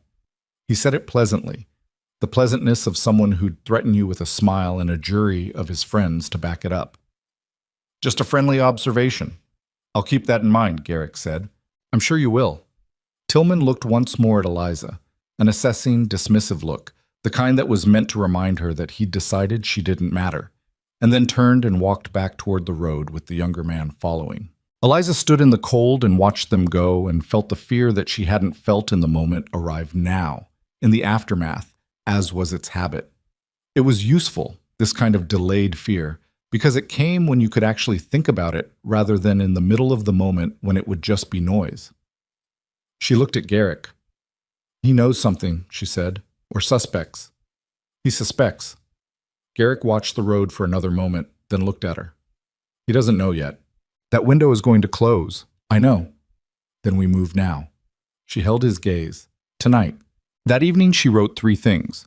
The first was a letter to the county land office, addressed specifically to a clerk there whose name she'd extracted from the manifests, an official whose signature appeared on the original allocation documents, meaning he'd know what legitimate distribution should have looked like and would understand immediately what the discrepancy meant. The letter was precise and factual. No accusations, just documented numbers alongside questions that the numbers themselves made impossible to ignore. The second was a letter to a newspaper in the county seat that Martha Boone had told her, weeks ago, had published 2 stories in the past year about supply irregularities in the territory. She included copies of the document numbers from her notebook. The third was not a letter. It was a list of names. Families in Red Hollow who had been shorted, who had gone into debt, whose supply debts to Croft's contracting operation corresponded with dates on the manifest she'd copied. People who had their own stories, their own records of what they'd been promised and what had arrived. She needed them to speak, not in private, not in pieces, together, in front of people, in a setting that created a public record. She needed a town meeting. Getting a town meeting called in Red Hollow in the middle of winter was not a straightforward process, and the 2 people she trusted to help her navigate it were Martha Boone and Clara Dent, who between them knew everyone and operated on opposing but complementary principles. Martha through the direct application of practical authority, Clara through the social web of a woman who'd been in the town since before most of its current residents and knew where every relationship ran. She went to Martha first. You want Tom Briggs to call a meeting? Martha said, not as a question. He's the sheriff. It's his town. He'll resist. I know. Eliza set the notebook on the counter. I'm going to give you 5 minutes to read that. Then tell me if you think Tom Briggs should resist. Martha was a fast reader, and she was not a woman whose face gave much away. But by the 3rd page, the line of her mouth had gone very flat, and by the 5th page, she closed the notebook and set it on the counter with a controlled precision that said more than anything she might have said out loud. I'll talk to Tom, Martha said. Clara's contribution was different and in some ways harder. Getting people to speak publicly about what Tillman had done to them required each of those people to make an individual calculation about whether the protection of speaking was greater than the risk, whether standing in a room and saying what they knew would free them or expose them to retaliation before anything official had a chance to hold. Clara spent 2 full days at it. Eliza saw her once in the middle of it, coming out of the Cordero house with her chin set and her coat pulled tight, and their eyes met across the road, and Clara gave her a look that said, I'm doing it. Don't ask me how it's going. She didn't ask. She went home and found Garrick at the kitchen table with a piece of paper in front of him that he'd been staring at for a while. What's that? She said. He turned it toward her. It was a deed. She looked at it, at the names on it, at the date. The Haas property, he said. Tillman filed a claim through Croft 2 weeks ago, using the debt instrument. He put his finger on a line. This was filed the day after the blizzard, while the family was still in the shelter. She sat down slowly. He knew they couldn't respond, she said. He timed it to when they physically couldn't respond. Their house is on that land. Garrick's voice was flat in the particular way it went flat, when he was working to keep something contained. 4 children. They've been there 8 years. She looked at the date on the deed. then at him. "Where did you get this?" "Tom Briggs. He came to me this morning." He paused. "Tom's not useless. He's just been alone in this longer than he should have been." She sat with that for a moment. Then, "Is he coming to the meeting?" "He's calling it," Garrick said. The meeting was set for Saturday. On Friday evening, Tillman's man came back. Not Tillman himself this time. The young one, alone, who waited on the road outside until Garrick came to the door. Eliza stood in the hallway behind Garrick and listened. The man's message was short and delivered with the flat delivery of someone repeating words he'd been given rather than words he'd chosen. Mr. Tillman wanted Mr. Hale to understand that things had a way of getting complicated for people who made them complicated, and that the woman currently under his roof had a past that hadn't fully caught up with her yet but could be helped along. Garrick looked at the man for a long moment. "Tell Tillman," Garrick said, "that he's out of time." He closed the door. She was right there when he turned around, and they were close in the narrow hallway, and he looked at her with that steady expression. Not reassurance, not performance, just a man who had made up his mind about something and was clear about it. "You don't have to protect me from my past," she said. "It's not as bad as he thinks." "I know." "You don't actually know that," she said, a little sharply, because she needed it to be real. "You don't know what's in it." He didn't flinch from it. "Then tell me what's in it." So she did. She told him about Missouri and what she'd left behind there. The employer's son in Wichita. The years of managing other people's messes and taking the consequences for things she hadn't done. The name she'd considered changing and hadn't, partly pride and partly stubbornness. The things she'd done she wasn't proud of. The time in Abilene when she'd let someone believe something about her that wasn't true because it was easier than the truth. The friendship she'd let die in Nebraska because she'd been too tired to hold it up. She told him because he'd asked, and because Tillman had implied he could use it, and because she was done with things being used against her before she could say them herself. He listened the way he listened to everything. Completely still, no interruptions, no expressions designed to manage how she felt about telling him. Just listening. When she finished, the kitchen was very quiet. "All right," he said. "That's it?" "What else would there be?" She looked at him. "Most people would have something to say." "Most people feel better when they find a reason to think less of someone," he said. "I'm not most people." She had no immediate answer for that.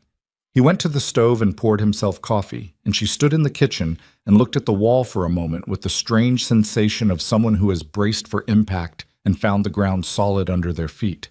The meeting was held the next evening in the largest space Red Hollow had available, which was the floor of the feed barn with the hay pushed back and every lamp in the building lit. It was standing room and then some. People who'd have said 2 weeks ago that they wanted nothing to do with any of this were here because the blizzard had changed things, and the children had changed things, and the Haas family's deed had changed things, and somewhere in all of it, the calculation had shifted enough that standing in a room felt safer than standing alone. Eliza stood at the front with the notebook and the copied documents, and a steadiness in her chest that she'd learned to call on when she needed it. She was aware of how she looked, a woman most of these people had misjudged, standing in their gathering space with evidence of what had been done to them. She was aware also that she was the right person for this moment in a way that no one else here was, because she had nothing in this town to protect yet, and nothing to lose, and everything to gain by saying exactly what the documents said. She looked out at the faces. Martha's, deliberate and watchful. Clara's, tense and hopeful in equal measure. The Haas family, the Cordero family, the Reyes family. People who'd been paying debts on supplies that had already been purchased for them. Tom Briggs stood to one side with the quiet presence of a man who had made a decision and intended to stay with it. Tillman was there too, in the back, which she hadn't expected and which told her he was more afraid than she'd thought, because guilty men who weren't afraid didn't come to meetings like this one. She opened the notebook and began. She didn't shout. She didn't perform outrage or make speeches about justice because she'd learned early that emotion, however real, gave people permission to argue with how you said something instead of what you were saying. She spoke plainly, in the dry language of dates and numbers and document authorizations, and she let the arithmetic do what arithmetic did when it was honest. It told a story that didn't need decoration. The room got very still as she went, and then one by one, the people she and Clara had spoken to stood up and added their own numbers to hers, what they'd been promised, what had arrived, what they'd paid for the difference. Voices that were shaking, some of them, but present. Showing up in the room the same way they'd shown up through a brutal winter, not without fear, but in spite of it. Tillman left before she finished. Not dramatically. He just was there, and then he wasn't, the back door of the barn hanging slightly open in the cold. She noticed and kept going. When she was done, the room was as quiet as it had been through the whole presentation, and then it was very loud, all at once, and Tom Briggs stepped to the front and his voice, old and tired and more certain than she'd heard it, cut through the noise. "I'll be riding to the county seat in the morning," he said, "with these documents and these witnesses. This ain't finished tonight, but it started." She stood at the front of the barn with the notebook in her hands and felt the specific exhaustion of someone who had done the thing and couldn't feel the full weight of it yet. Not while she was still standing in it. Garrick was at the edge of the crowd, and when she looked at him, he wasn't watching the room, he was watching her, and his expression was the expression of a man who sees something true. She looked away first. Her hands were shaking slightly, she noticed, which they hadn't done during any of it. That was fine. That was what hands did after. Tom Briggs rode to the county seat on a Sunday morning with the notebook copies and a list of 11 witness names and the particular posture of a man who had waited too long to do something and was done waiting. He was gone 4 days. Those 4 days in Red Hollow had the suspended quality of a held breath. People went about the necessary work of surviving the tail end of winter, feeding livestock, clearing roads, managing what was left of their supplies. But there was an undercurrent to everything, a waiting that lived underneath the ordinary noise of the days. People talked in lower voices than usual, or they talked louder, in the way people did when they were covering nervousness with noise. Either way, something had shifted in the atmosphere of the town, and everyone could feel it even if nobody said it directly. Tillman was still there. That was the thing people were most conscious of. He hadn't run, which surprised some people and didn't surprise others. He moved through town with the diminished version of his usual confidence. Still present, still occupying space, but with the particular quality of a man who had reassessed how much he could afford to show. He didn't come to the forge. He didn't send anyone to the house. He was, for those 4 days, a man waiting on the same held breath as everyone else, except that what he was waiting for and what the rest of them were waiting for were opposite outcomes. Eliza noticed him twice during those days, both times from a distance, and both times she watched him the way she'd been watching him for months, not with hatred, which she'd found was a luxury that made you stupid, but with the focused attention of someone tracking a variable that hadn't resolved yet. She didn't trust the resolution until it happened. Garrick, for his part, worked. He went to the forge every day the same as before, which was either the most normal thing in the world or the most deliberate act of it, depending on how you looked at it. She thought it was both. He wasn't performing calm. Calm was just where he lived, and she'd come to understand that this wasn't absence of feeling but a different relationship with it, the result of being someone who'd had to hold things together alone for years and had built the internal architecture for it. She recognized it because she'd built the same architecture for the same reasons, though the floor plan was different. On the second night of the waiting, she couldn't sleep, which wasn't unusual for her but was worse than usual, and she came downstairs at 2 a.m. and found him already there, sitting at the kitchen table in the dark with just the low glow of the stove for light. She didn't say anything about it, just went to the stove and put the water on. "I keep thinking about the Haas land," he said after a while. "Tom has the deed filing," she said. "If the supply fraud holds, the debt instrument it was based on is invalid. The land comes back." "If," he said. "If," she agreed, because she wasn't going to lie to him. Tom's a decent man, but decent men still work inside systems that aren't always decent. He was quiet for a moment. "And if it doesn't hold?" She poured the water and brought both cups to the table and sat down. The kitchen was cold at 2 a.m. despite the stove, the kind of cold that settled in the bones of old houses overnight. "Then we find another way." He looked at her across the table in the low light. "You'd stay," he said. It wasn't quite a question. She wrapped her hands around her cup. The question underneath the question was something she'd been aware of for a while, the way you were aware of weather changing. Not ignoring it, just waiting for the right moment to address it directly. "I told you in the beginning that I answer questions honestly," she said. "So I'll tell you honestly that 4 months ago I would not have been able to answer that." And now? She looked at him steadily.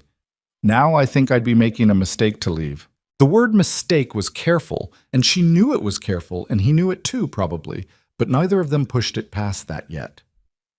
Some things needed to be said in pieces before they could be said whole. He nodded once. They sat in the kitchen at 2 a.m. and drank bad coffee and didn't say much more. And outside the valley was buried and dark and waiting. And inside the small house, the lamp put a circle of warm light on the table between them. And that was enough for that night. Tom Briggs came back on a Wednesday. He came directly to the forge, which meant Eliza heard it from inside the house, and came out to the yard with her coat half on and her heart going faster than she wanted it to.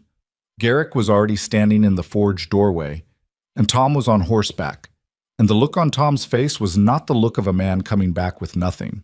"County investigator is coming," Tom said, without preamble. "End of the week. I've got a letter from the land office confirming the Haas deed filing is suspended pending investigation." He reached into his coat and pulled out a folded paper and held it out to Garrick. "And I've got a provisional order freezing Croft's contracting operation until the supply records are audited." Garrick took the paper. Eliza stood in the cold yard and felt something in her chest release that had been wound up for longer than she'd fully acknowledged. "Tillman?" Garrick asked. Tom's expression went complicated. "Tillman is a harder thing. He's covered.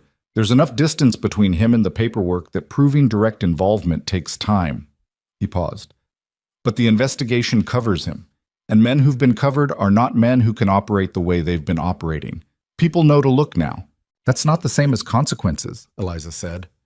Tom looked at her with the exhausted eyes of a man who'd been a lawman long enough to know the gap between what was right and what was provable. "No," he said, "it's not. I'm sorry for that." She appreciated that he said sorry for it rather than explaining it away.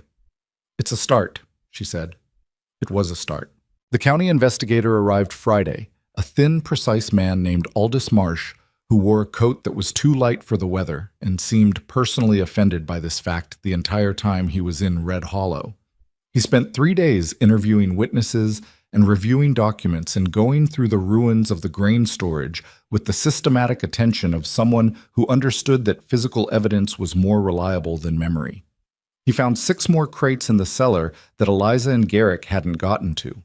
He found a secondary ledger inside one of them, handwritten, that matched Croft's handwriting on the supply manifest and contained 2 years of off-book inventory records. The ledger was the thing that mattered most in the end. Without it, the case against Croft specifically was circumstantial, damaging, but arguable. With it, there was no argument left to make. Croft was formally charged within 2 weeks. His contracting operation was dissolved. The supply stores he'd been holding, a warehouse outside the county seat that Marsh located through the ledger's own notations, were seized and redistributed, a portion of them back to the county distribution system, and a portion, by Marsh's specific recommendation, directly to the families in Red Hollow who'd been shorted. The redistribution happened on a gray February morning that wasn't particularly dramatic in its logistics. Wagons, crates, a list of names, people collecting what they were owed with varying degrees of emotion depending on their nature. The Cordero family was quiet about it. Maria Reyes, with her baby on her hip, cried briefly and then looked embarrassed about crying, and Eliza, who was helping with the distribution, pretended not to notice in the way that was actually more respectful than pretending to comfort her. Old August, the ranch hand with the torn vest, collected his share and stood with it for a second and looked at Eliza with the expression he'd worn the day he'd told her she did good work. "You did all right," he said. "We did all right," she said, because it was true. Because Clara and Martha and Tom Briggs and 11 families who'd been scared and stood up anyway had done it together, and she wasn't going to take that away from them. August nodded in his way and left. Tillman was not charged. That was the piece that didn't resolve cleanly, and Eliza had to sit with it, which was not comfortable.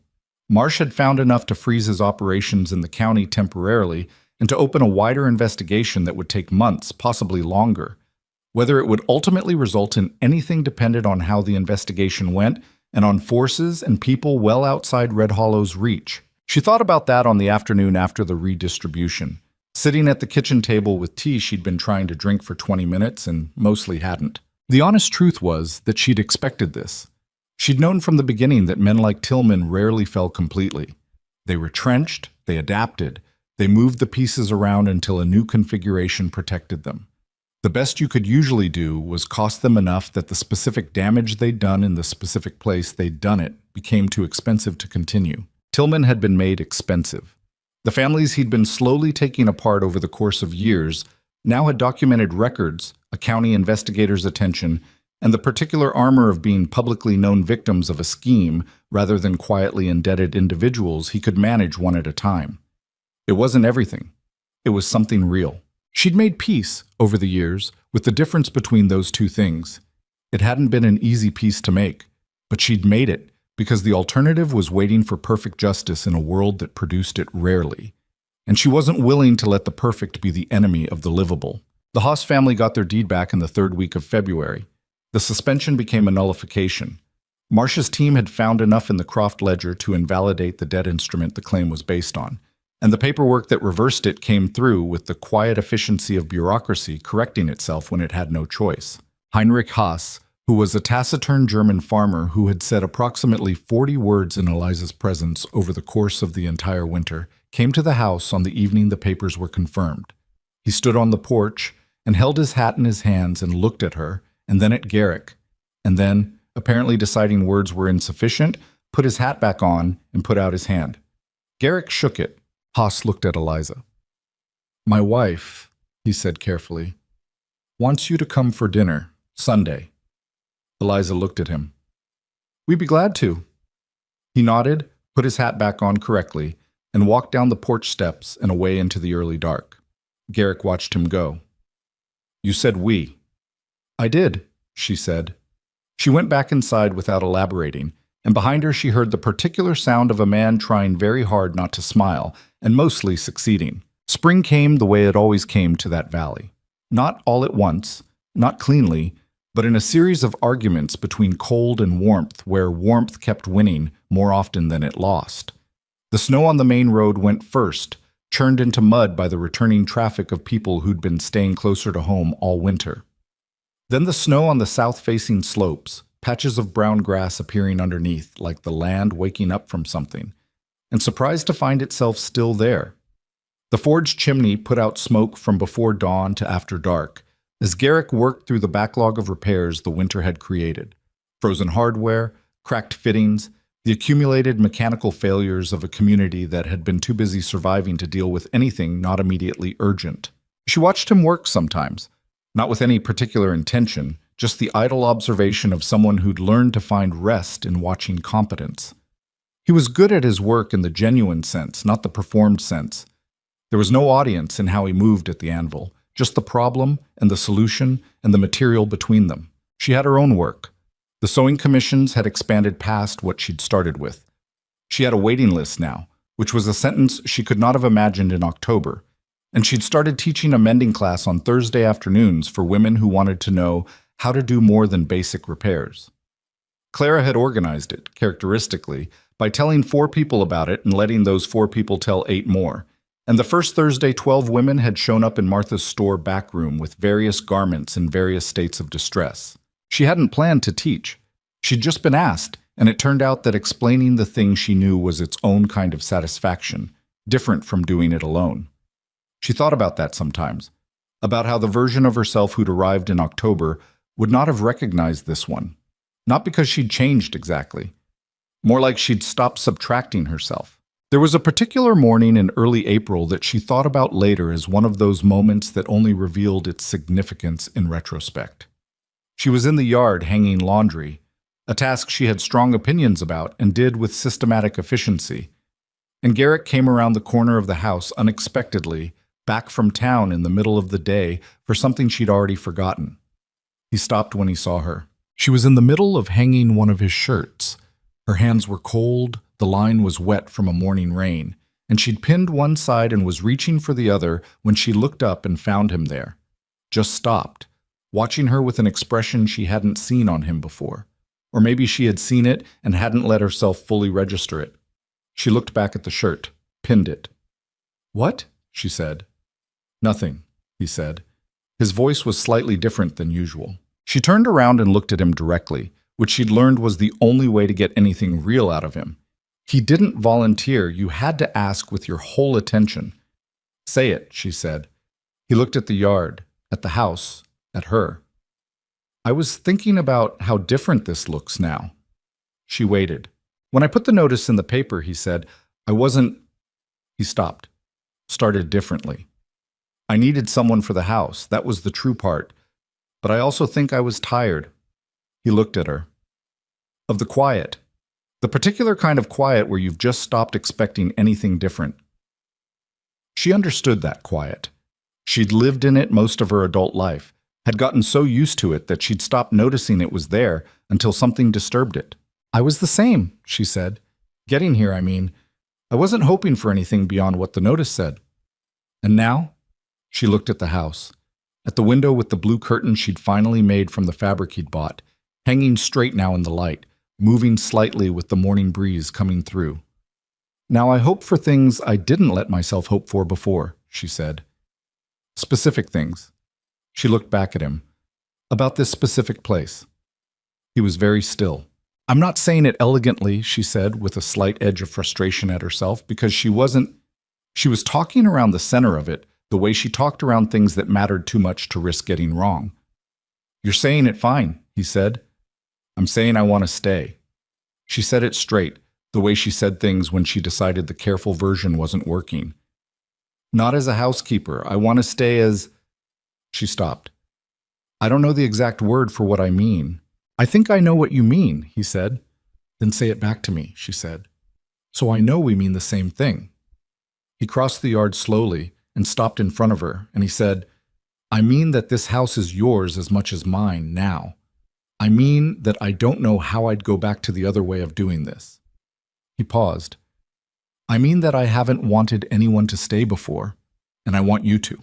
She looked up at him in the April morning with the wet laundry and the mud and the smell of wood smoke from the forge, and felt the particular human truth of it. This was not how love looked in stories. It was awkward and practical, and built out of months of small things and hard things, and nobody saying the right words at the right time, and both of them being imperfect people in a difficult place who had made each other's difficult easier by showing up and staying. That was the real thing, she'd come to think, not the grand version. The version where you chose someone over and over again in the ordinary days, in the cold mornings and the tired evenings, and the moments when you were not at your best and neither were they. And you stayed anyway because the weight of them in your life had become something you'd miss, like missing a part of yourself. She'd missed it for a long time without knowing what she was missing. She put her hand against his chest, briefly, just for a moment, and felt him go still under it with the particular stillness of someone receiving something they weren't sure they were allowed to have. Then she went back to the laundry, and he stood in the yard for another moment and then went back around to the forge, and neither of them made anything more of it in that moment. But something had been said. And in this house, between these two people, the things that got said out loud had a way of staying said. The dinner at the Haas farm on a Sunday in April was the first time Eliza sat at a table with people in Red Hollow and felt no particular distance between where she was and where they were. Margaret Haas, Heinrich's wife, was a big-boned, practical woman who cooked the way some people argued, with total conviction and no apology. The food was heavy and good, and the table was crowded with the 4 Haas children, who were loud in the way of children who'd been cooped up indoors for an entire winter and were only now remembering how to be loud. And the conversation was the ordinary domestic kind about crops and weather and the school situation, which apparently needed attention since the school teacher had left in November and nobody had replaced her yet. Eliza found herself in the middle of a conversation with Margaret about the school before she'd fully decided to be in it. "There's nobody in this town qualified?" she asked. Margaret looked at her with the look of a woman making an observation she'd been saving up. "There might be now," Margaret said. Eliza opened her mouth and closed it. Across the table, Garrick was talking to Heinrich about fencing, and his face was angled away, but she could see the line of his jaw and the way it shifted slightly, and she knew he'd heard. She looked at Margaret. "I'll think about it," she said. "You should think fast," Margaret said. "The children have been without a teacher since November, and they're feral." The youngest Haas child, who was 4, chose that moment to pour gravy on her own head, apparently on purpose, which seemed to support Margaret's assessment. Eliza looked at the child. The child looked back with the beatific expression of someone who had no regrets. "I'll think fast," Eliza said.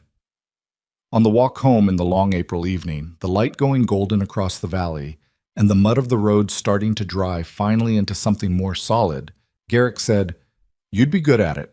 You don't know that. You spent 2 hours in that sewing class last Thursday explaining thread tension, and not one of those women left confused," he said. "I'd say I know it." She looked at him.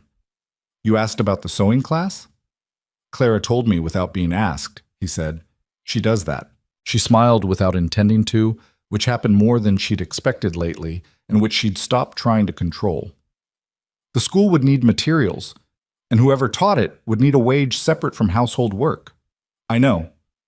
I'm not saying I'll do it." "I know that too." They walked in the easy quiet that had become their natural register, the valley opening up around them in the late light, the mountain still holding the last of the snow at its peak, but releasing the lower slopes to the season. The forge chimney was cold this evening, Sunday, the one day he didn't work, and the house was just there at the end of the road, sitting in the light with the window curtains she'd made visible from here, the blue catching the gold of the late sun. She thought about the woman who'd stepped off a train in October with a canvas bag, and the careful posture of someone who'd learned not to expect much, about the calculating way she'd looked at this house before she went inside, checking for danger the way you checked for exits. She still checked for exits. Probably always would. That kind of thing didn't just leave you because your circumstances improved. But the checking had changed character. It was old habit now rather than necessity, and she noticed the difference. They reached the porch, and she stopped at the bottom step and looked at the house the way she'd seen Garrick look at it once, months ago, from the outside before he came in, like a man seeing his future for the first time. She understood now what that look was about. Not the house itself, which was small and weathered and perpetually in need of something, but what was inside it. What had been built inside it over a winter that had asked everything of both of them. Safety, she thought. Not the absence of danger. She was too experienced to believe that was a permanent condition, but something more durable than that. The knowledge that whatever came next, she would not be facing it alone. And more than that the person beside her had chosen her with full information. Not the managed version of her, but the actual one, with all the difficult parts included. She'd spent her whole life being too much or not enough for the spaces she occupied. This was the first place that seemed to have been sized right. She went up the porch steps and held the door open, and he came inside, and she let the door close behind them on the April evening. Inside, the house was warm. The curtains she'd made from the blue fabric he'd bought without being asked for it moved softly in the last of the cross breeze from the window she'd left cracked. The table had the comfortable disorder of a home rather than the sterile order of a place where someone was being careful not to take up too much space. Her sewing basket was in the corner. His coat hung on the hook she'd installed at the right height, which was a different height than where the hook had been before. 2 mismatched chairs at a table that rocked on uneven floors. The short-legged one shimmied now, with a folded piece of leather she'd tucked under it 3 months ago. Small things. Every one of them small. But she'd learned something over a long winter in a hard place, watching a town survive and watching herself survive inside it. The small things were never actually small. They were the whole of it. The whole of a life. The whole of a love. Built piece by piece out of the unremarkable ordinary days that nobody thought to remember until they were gone. A cup left warm on the stove. A bolt of fabric in the right color. A hand on the table not pulled away. 2 words in a forged doorway. You made it, and the long, slow, imperfect work of becoming not what you'd been told you were, not the sum of what had been done to you, but whatever you decided, on the other side of surviving, to be. She put the kettle on. He sat down. Outside, the valley was coming back to life in the April light, slow and imperfect and real, the way everything that mattered came back. And in the small house at the edge of Red Hollow, with its warm curtains and its uneven floors and its 2 people who had found each other at the end of a long season of being alone, the ordinary evening began.